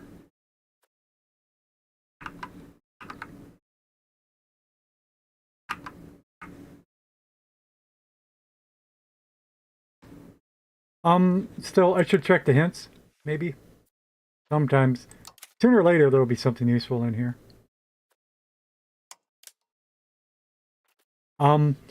Actually, yeah, I should look at the screen. This might have... I should have an alert that says we're losing manpower, because again, we're at 0, it's -2. That seems really bad. We're at 0 and we have -2 per month.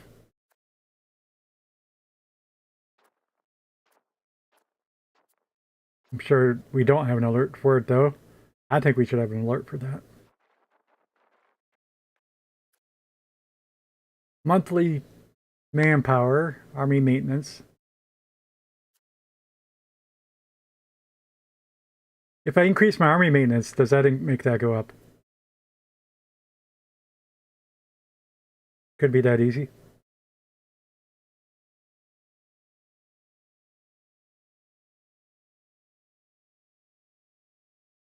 The rate at which manpower is gained can be increased by constructing manpower buildings. We already checked that out. Minimally, of course, but we checked out what we could. Or researching certain advances. Not what I wanted to hear. I wanted to hear it say the rate at which manpower is gained can be increased by increasing army maintenance.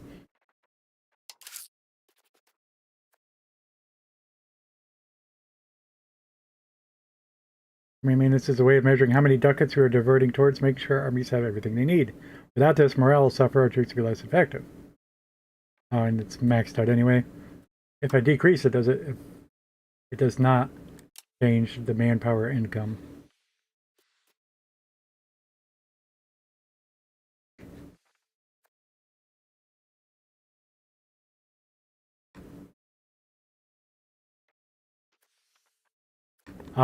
Instead of calling it manpower income, we will call it monthly manpower. But that's not a... Okay. We do have non-integrated provinces. It is a distraction, but let's go back to that. Non-integrated provinces. This is something we have not addressed yet, and we certainly should have.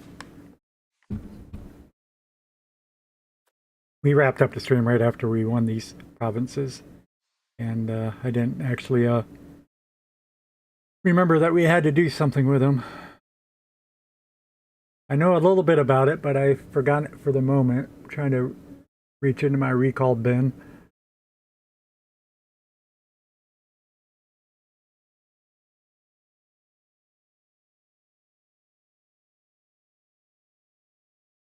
Don't know.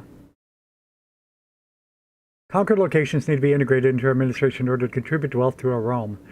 We should strive to integrate all our locations as soon as possible. Instruct the cabinet, that's what I was, yep. Instruct the cabinet to integrate province from the government panel. Okay. And so, missing, yeah, this. Which province are we telling people to migrate to right now? Government cabinet? Nope. Nope. Click on yourself cabinet. Nope. Somewhere there's country cabinet. There we go.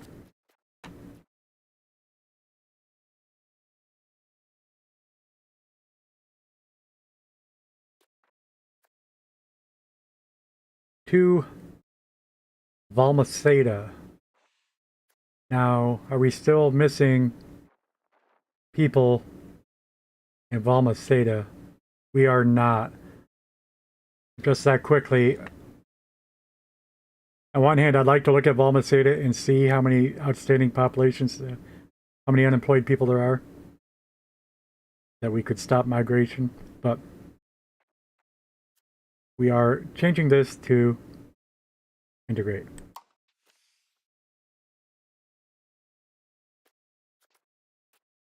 Integrate province, there we go. Okay, and we do have a big choice here, but maybe it'll give us a convenient screen with all the details we need to know to choose which one we want to integrate. Only two. Oh, this is going by provinces. Provinces are the bigger areas. So good. We sort of expect these ones to be more developed already because it's near their capital.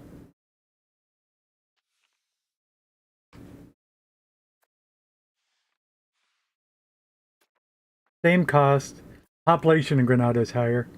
That's all it's telling us. And let's just click on it. Let's not investigate as much as we could.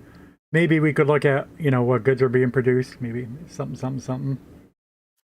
Now that I say that, it's like, well, if one was a gold mine, I would have taken that. But,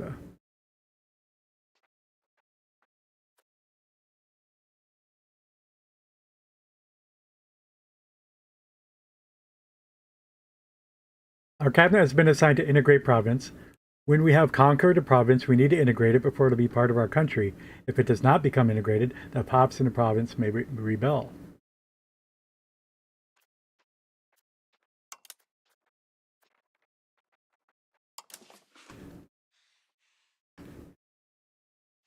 Sugarfish, sugar, fiber crops. There was aluminum over there, maybe. Marble, saffron.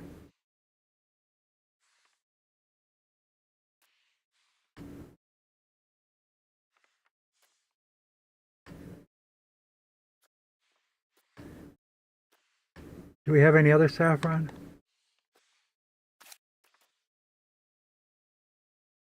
That didn't take me to saffron. It took me to the province. But I'm on the goods map mode. Why don't you?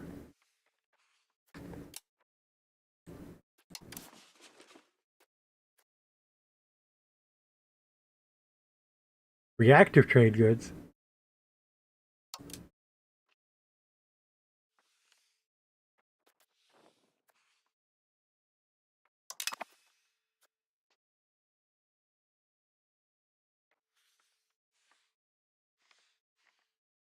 Those are the only ones.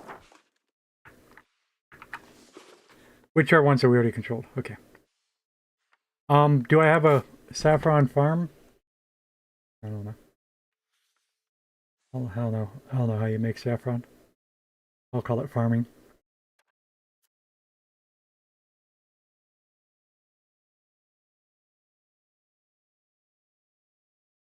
Yes, because it's at 1 of 8 instead of 0 of 8.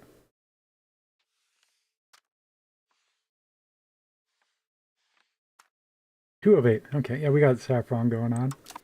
Just checking. And back to that map mode. I figure there should be an easy way to get to it, but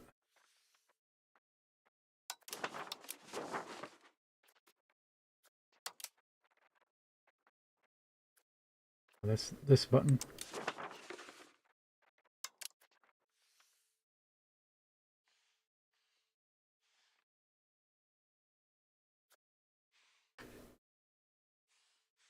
And stone and legumes. Horses and sugar. It's nothing. Not gold. Okay. So we are integrating. Tab 1, country, cabinet, integrating. Current state.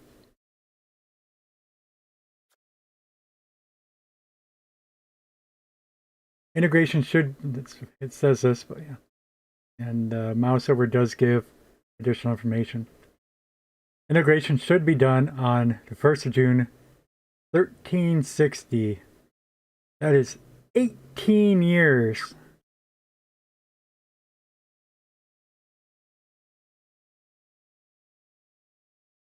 That's a long time. I don't think it gave us... We had a choice of 2 provinces. I don't think it was telling us which one would be done sooner. Because in a lot of times I might just click on the one that's going to be done first. I assume that's influenced by the number of locations that are in the province. This is telling us that there's 6. At the same time, instead of strengthening the government, which we met our goal of 100 legitimacy at some point, we're down to... Oh, we've fallen down to 99.96. Horrible. We learned that 100 is the maximum. We can integrate another province. If it's going to take that long, it tells me that might be a real good idea. Integrate the other province. Does this mouse over tell me when it'll be done? It does not. Whatever. That one will be done a little bit sooner, October of 1359.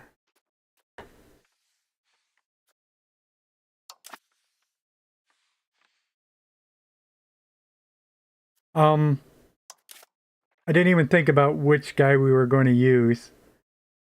And it doesn't matter. I picked my better guy. Wait.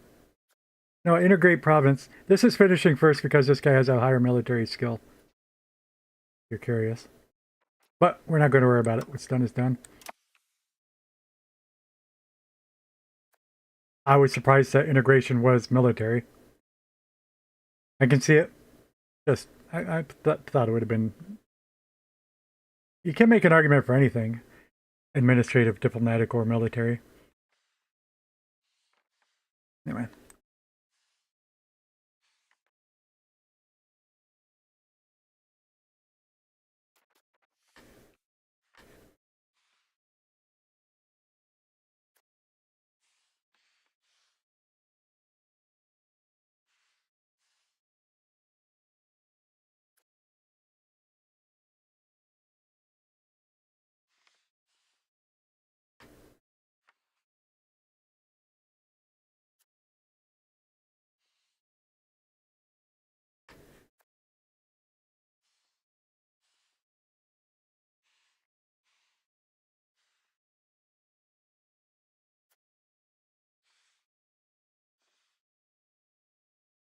I'm not actually thinking.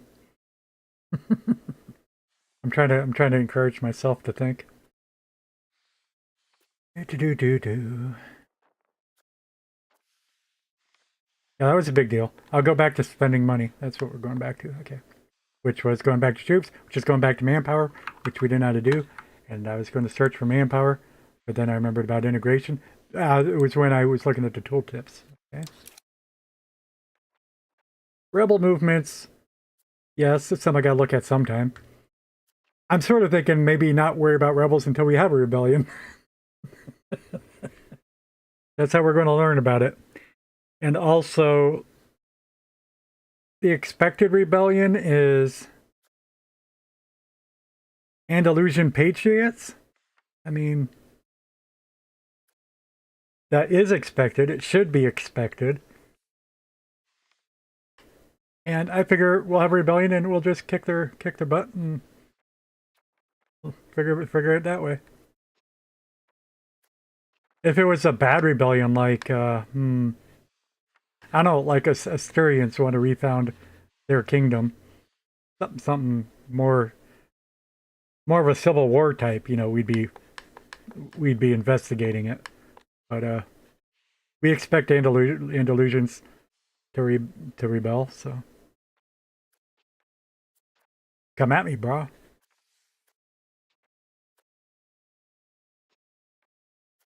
Underage heir,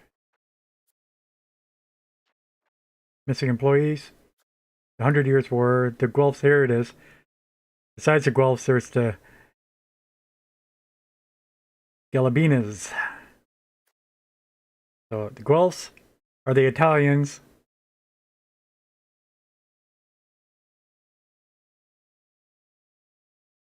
That want to be Italian? That's not the right way to word it. Where the Galabinans are the Italians that want to be part of the Holy Roman Empire. Let me check that out again. Sort of hate to be distracted, but oh yes, did say that wrong. Are they going to follow the Pope, or are they going to follow the Holy Roman Emperor? That's the difference, yes.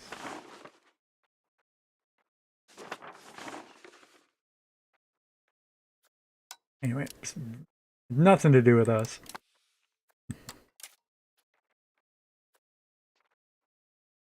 Possible rivals.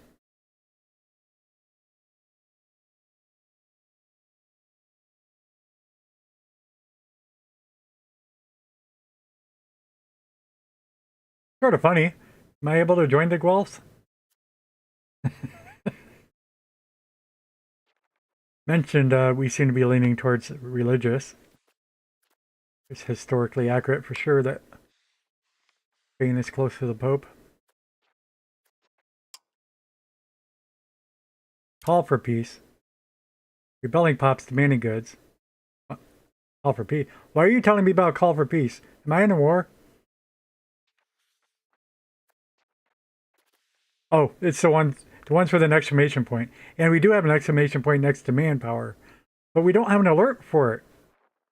Weird. Anyway, props to the hints, knowing that I might want to check out my manpower.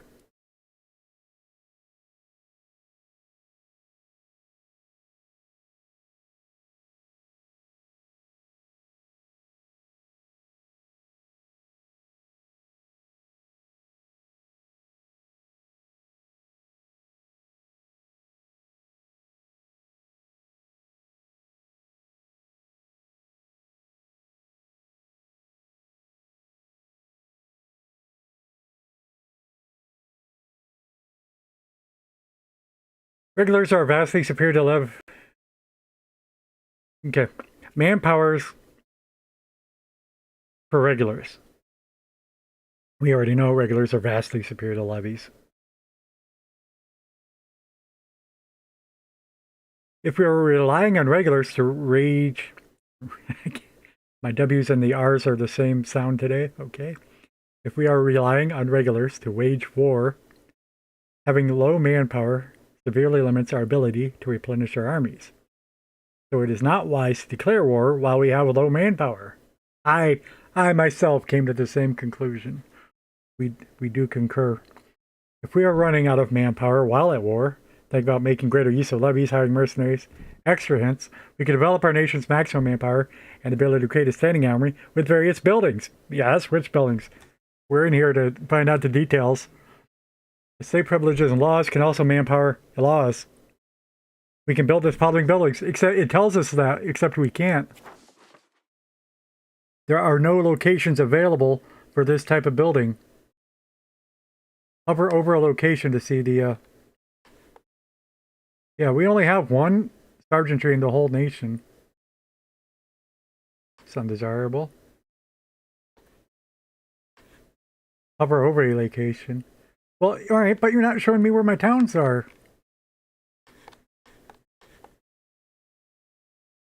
And I'm hovering over, and it's... Oh, here it is.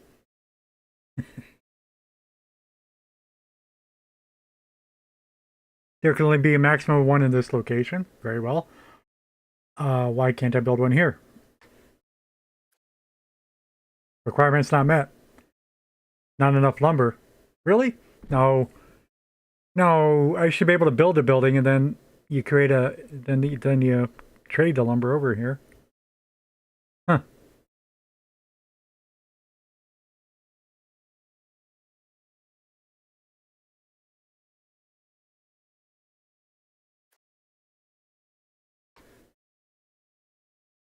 We don't have lumber anywhere. Okay. All right. I guess we gotta fix that. But isn't it? That's yeah.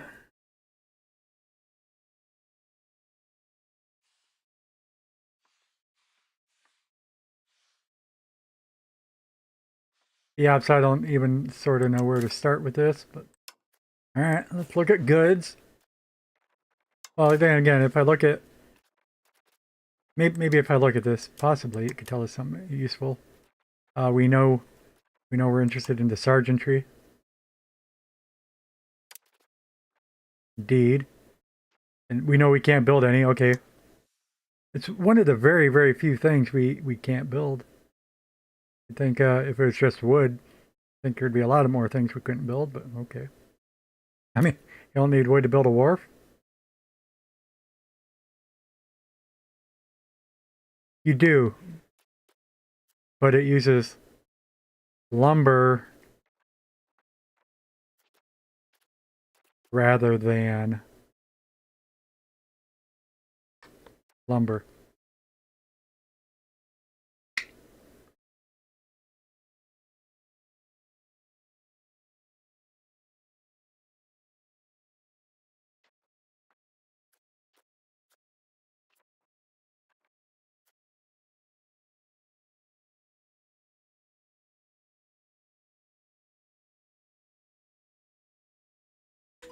Excuse me.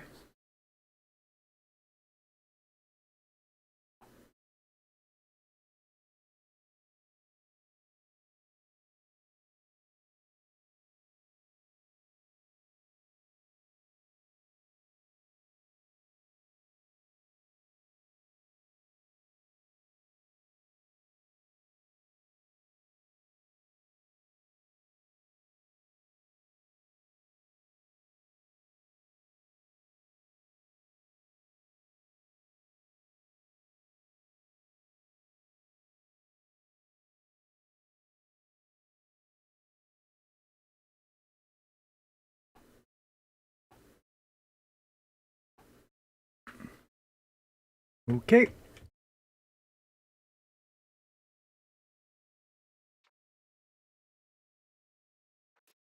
All right, sergeantry.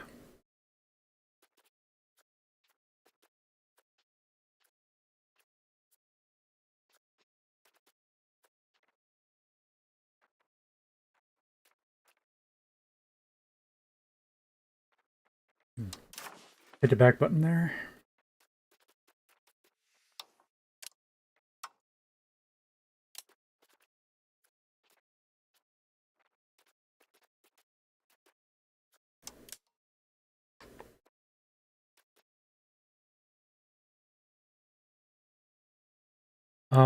Can't click any on lumber from here. When we hover, it says we can't build it because we don't have lumber. We'll try to click on that. At least gave us this pop-up.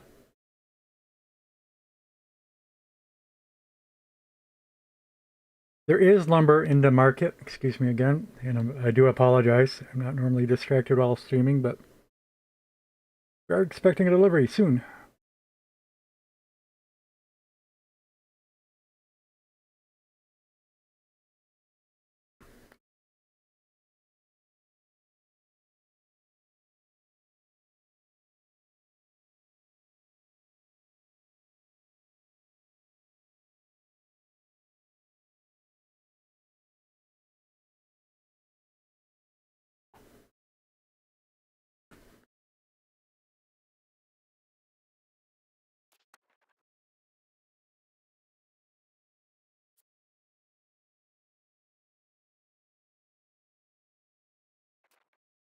So yeah, I don't not telling me what I want to know easily.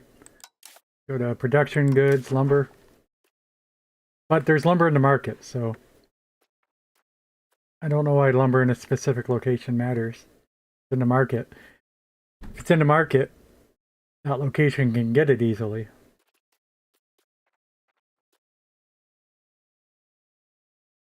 Oh, I would have expected it to work. Here's our lumber.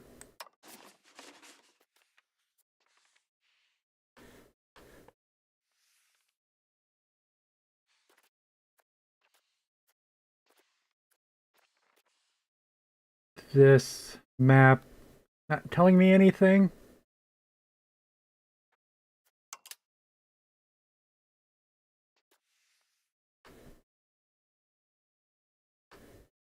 Now, just for convenience sake, we were looking at perhaps building another sergeantry in Medina del Campo, just right next door to the capital.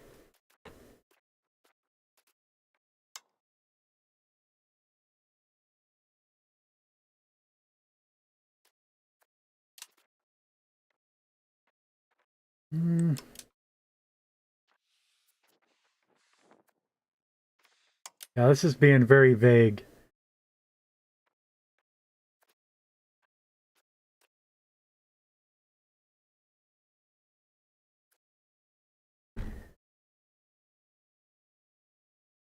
It says we have a shortage of 0. That reminds me of something else right when we started the stream. Anyway, I don't even know. I'm not even going to figure it out. Let us increase one of our lumbers from a 1 to a 2. Should be, I don't know about a 2 or a 3. Let me think about that.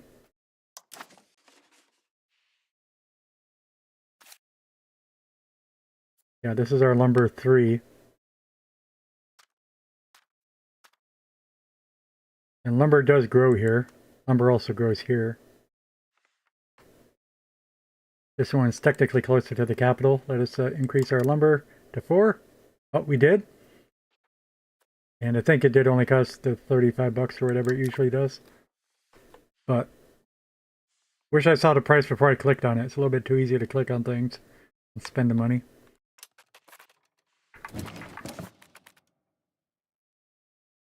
And we unpaused. We need manpower. It's a real concern now. That's related to that.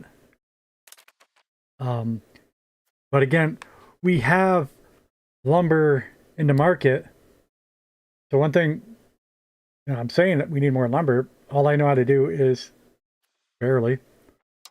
We go to production, we go to lumber.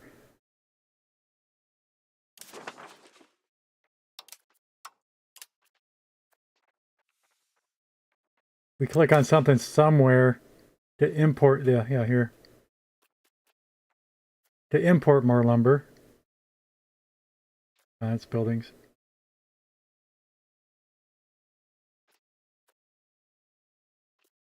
All markets are shown. Burgos, is that the name of our...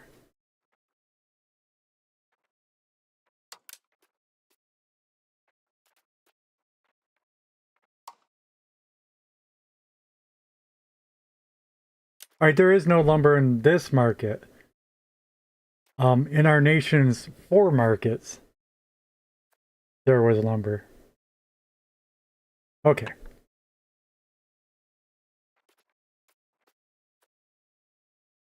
Now we select a market to import lumber from, and we're going to import it from our other market, our other main market. It says 0. Bastards.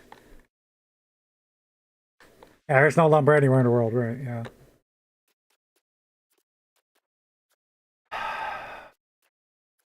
But yeah, that didn't work. Apparently there's no lumber anywhere.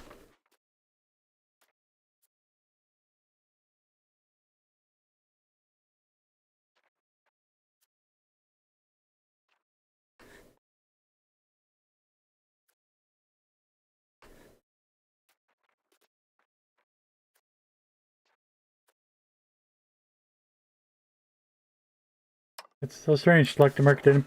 I don't believe it. Riga claims to have some lumber. check this again. I click on Sevilla, nothing. Click on Lisbon, click on Barcelona, Bordeaux.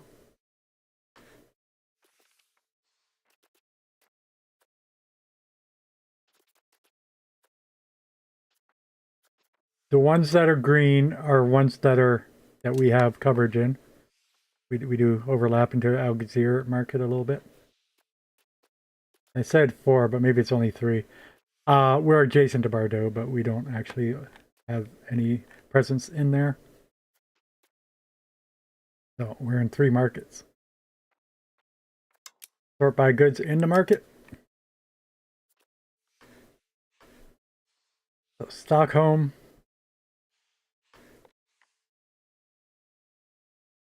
Or Oslo. Bordeaux does have some, but I thought I tried to click on it. And Riga. And Lisbon.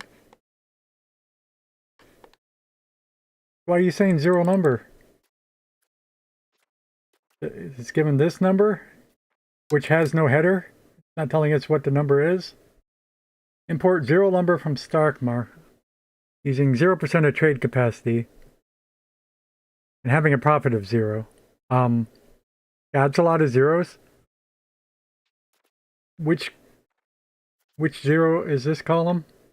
See, these other columns tell you because you can sort by it. The goods that'll be transported. The profit. Profit. All right.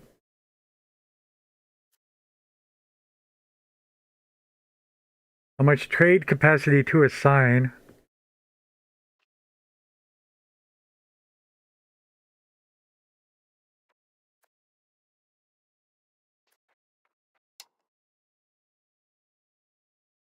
So all of our trade capacity to assign is 0. So what's the trade capacity in Burgos?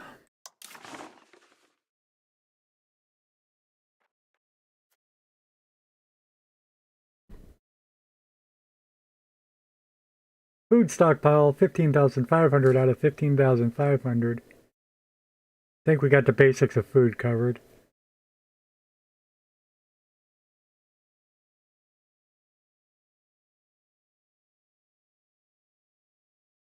Lumber is not in our greatest need.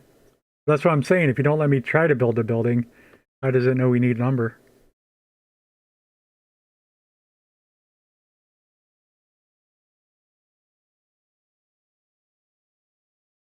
Open the market menu. Am I not looking at the market menu?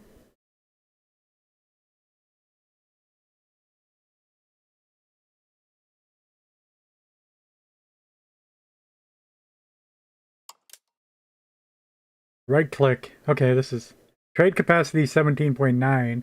Does that include used capacity or what? Total is 17.9. Right click, build trade capacity. I don't freaking know what's going on.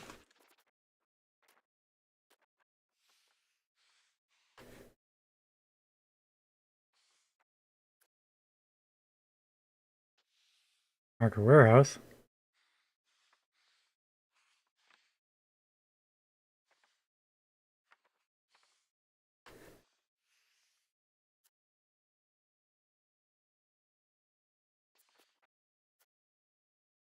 Oh, it does cost 148, which we could barely afford. Until we get manpower, we're not going to be building any more troops, is what we were interested in. I think I will go ahead and build a warehouse, although I'm doing it arbitrarily for sure. I don't know that we need one. I think we come back here and look at the market goods. Where is our list of trade things?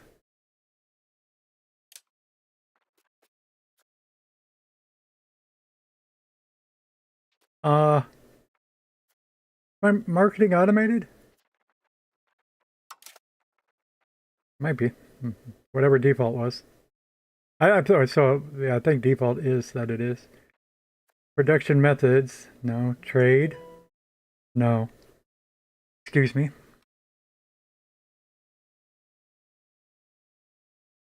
No. Okay, I got the wrong message last time. My delivery was on the way. It said my delivery was delayed last time. I was expecting it to say it's on the way, but now it's here. I'll be right back.